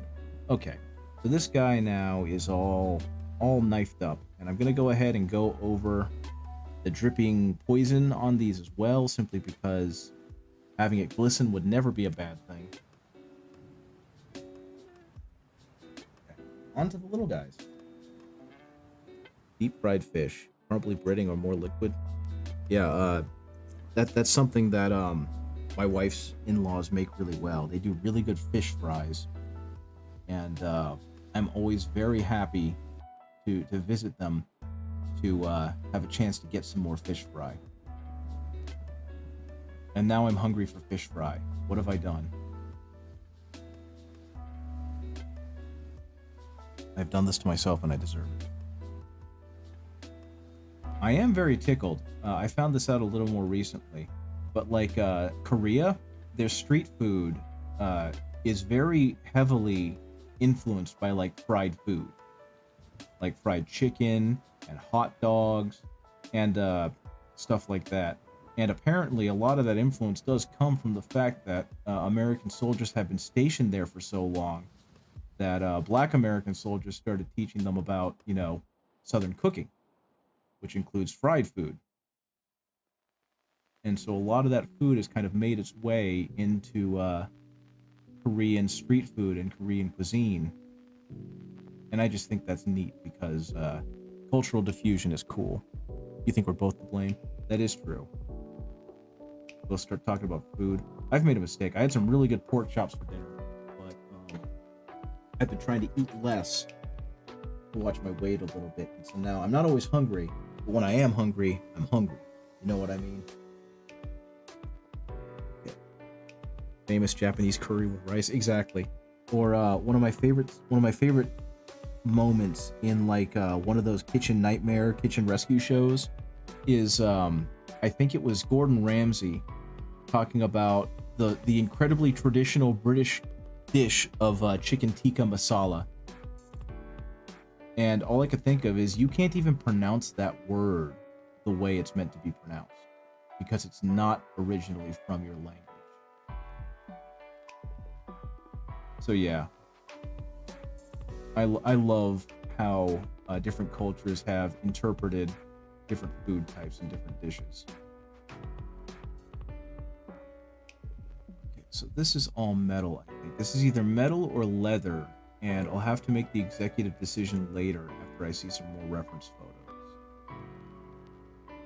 So right now, it's going to be metal, though I honestly think this might actually be studded leather.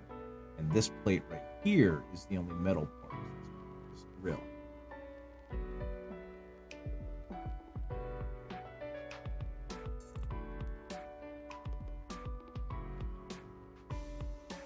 And so that'll just be something I fix a little later.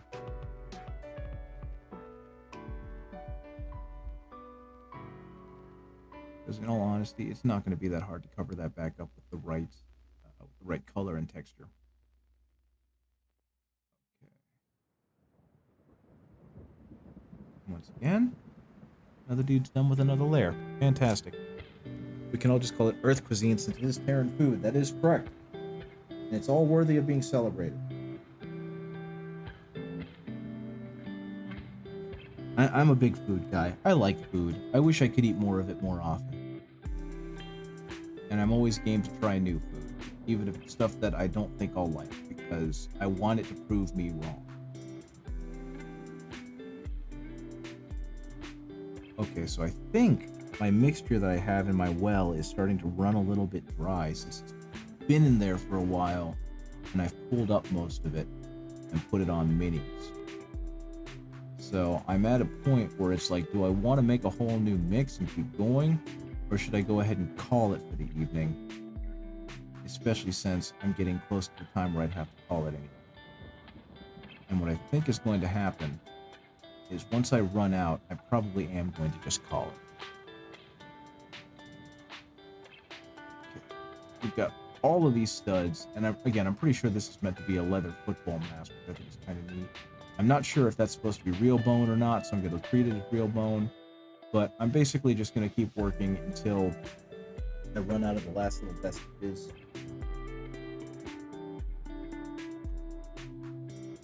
Speed paint, and then we'll go ahead and see about visiting someone else. Oh, especially because it's 9:21, yeah. Okay, we've got, I think this is meant to be a quarterback, given that he's pointing and he has the ball in his hands, though. That is definitely a stylized grip on the thing.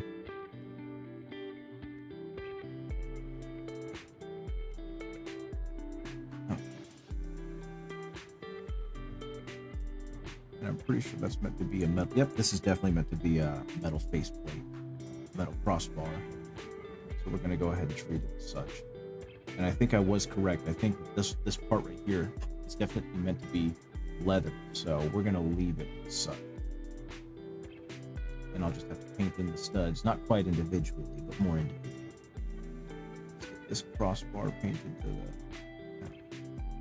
the studs painted in. My goodness, he has a lot of studs.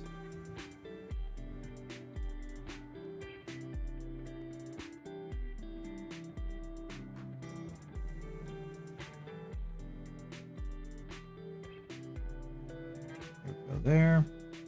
And I think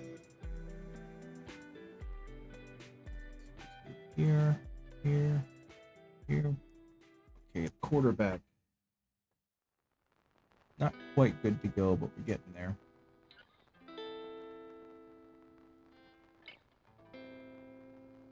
Quarterback is good to go. You did a thing over at Renee's? Oh, very cool. Is it that little emote? Because that emote is fantastic. I can't quite make it out because of how small that window is, the chat window is on OBS, but it is definitely very silly, and I like that. I think is that the lasagna thing? Because I saw on Onsta's that someone did like 2 lasagna emotes or something, and she had a fit about it because of course Onsta did, because Onsta is cool that way. But yeah, it was definitely fantastic. Yeah, I think she mentioned that they looked like Pokemon that Julia would have created from Drawfee, and they do. Those are fantastic, and I love them. I think that's not supposed to be that.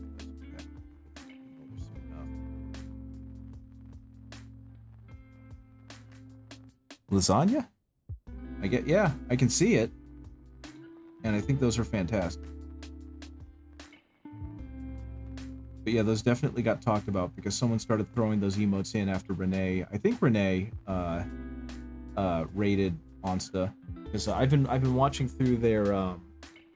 Is it supposed to be lasagna, or is it, what is it supposed to be? Which culinary dish is that supposed to be? Because my brain said lasagna, but I think I'm wrong.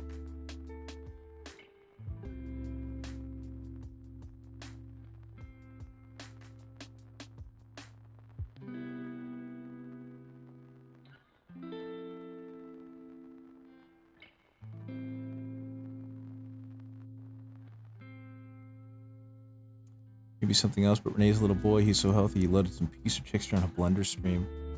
Very cool. Yeah, I don't remember exactly what it was supposed to be. I remember it being something that has like a tomato base, which is probably why my brain went to lasagna. But I just remember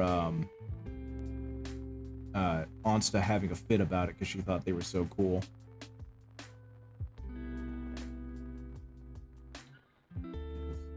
I'm almost done. I just need you to hang with me a little bit longer, Speed Paint. You're drying out on me, and I can't have that. Mixed a little bit more water in there to try and loosen it back up so that I can get it on the armor and on the studs like it needs to go. Basically a running baby. Yeah.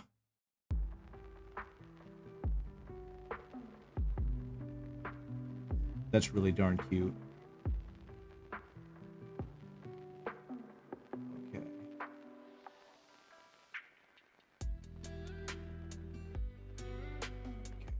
I think that's about as good as I'm gonna get. These guys have a lot less chainmail on them. Are you enjoying painting the vintage models? I love it. This is not the first time I've done it or painted pewter. I think they're really cool, and I love how intentional their designs are in terms of like having to be practical and that kind of thing. Many months ago, I painted a bunch of Terry Pratchett-esque City Watch called from Northumbrian Tin, and that was my first real foray into painting pewter models, and I had a lot of fun with it, and it made me want to buy more, but they're just very expensive, you know what I mean? One moment, actually. Oh, my knees. I was originally going to use them in Turnip 28, but that never ended up happening. So they're kind of grungy looking since they have like random tufts of grass and mold growing out of them. But I still think they turned out pretty good. These guys. These ones are all tin as well. So they're all really hefty and they feel great in the hands. I think they look fantastic. They've got so much personality. And I love them to death. Like this guy back here, the really tired one, I just think he's great looking. Like if I were to play a city guard, I would definitely play that guy. I originally bought them because I love the geese. I love the fact Untitled Goose Game had just come out, so I was just like, that's fantastic. Untitled Goose Game is peak, and these look great. But yeah, like every one of these are super cool. But like, I mean, just look at this guy. He's so charming. I don't know if he's coming in clear, but he's just an incredibly neat looking model, and I love that there's a whole ton of them, and that at some point I'll be able to do something like a kill team with these guys or something. You know what I mean? So having the opportunity to do that again with models with even more story behind them is just super neat to me. Okay, it is 9:28. I'm going to go ahead and see if there's anyone we can raid. Oh, it looks like we got some people. Rebecca Roney is going, so I think I'm going to go ahead and raid Rebecca Roney, and we'll call it from there. So let's see. It says raid Rebecca Roney. I spelled that horrifically. I've heard that she's been having some issues with her wrists because of not arthritis but something else, and so I hope she's feeling better, and I suppose we'll find out. Let's see. Did I mute that real quick? Oh, she's back to drawn, so that's a good sign. And so let's see. We'll go ahead and do that and make sure that I did it right. Yep. Okay, cool. So thank you for joining me. Thanks for hanging out with me all evening. I do appreciate it, and I had a lot of fun. Hopefully you did too. And I will see you later, and have a great rest of your week. Bye-bye.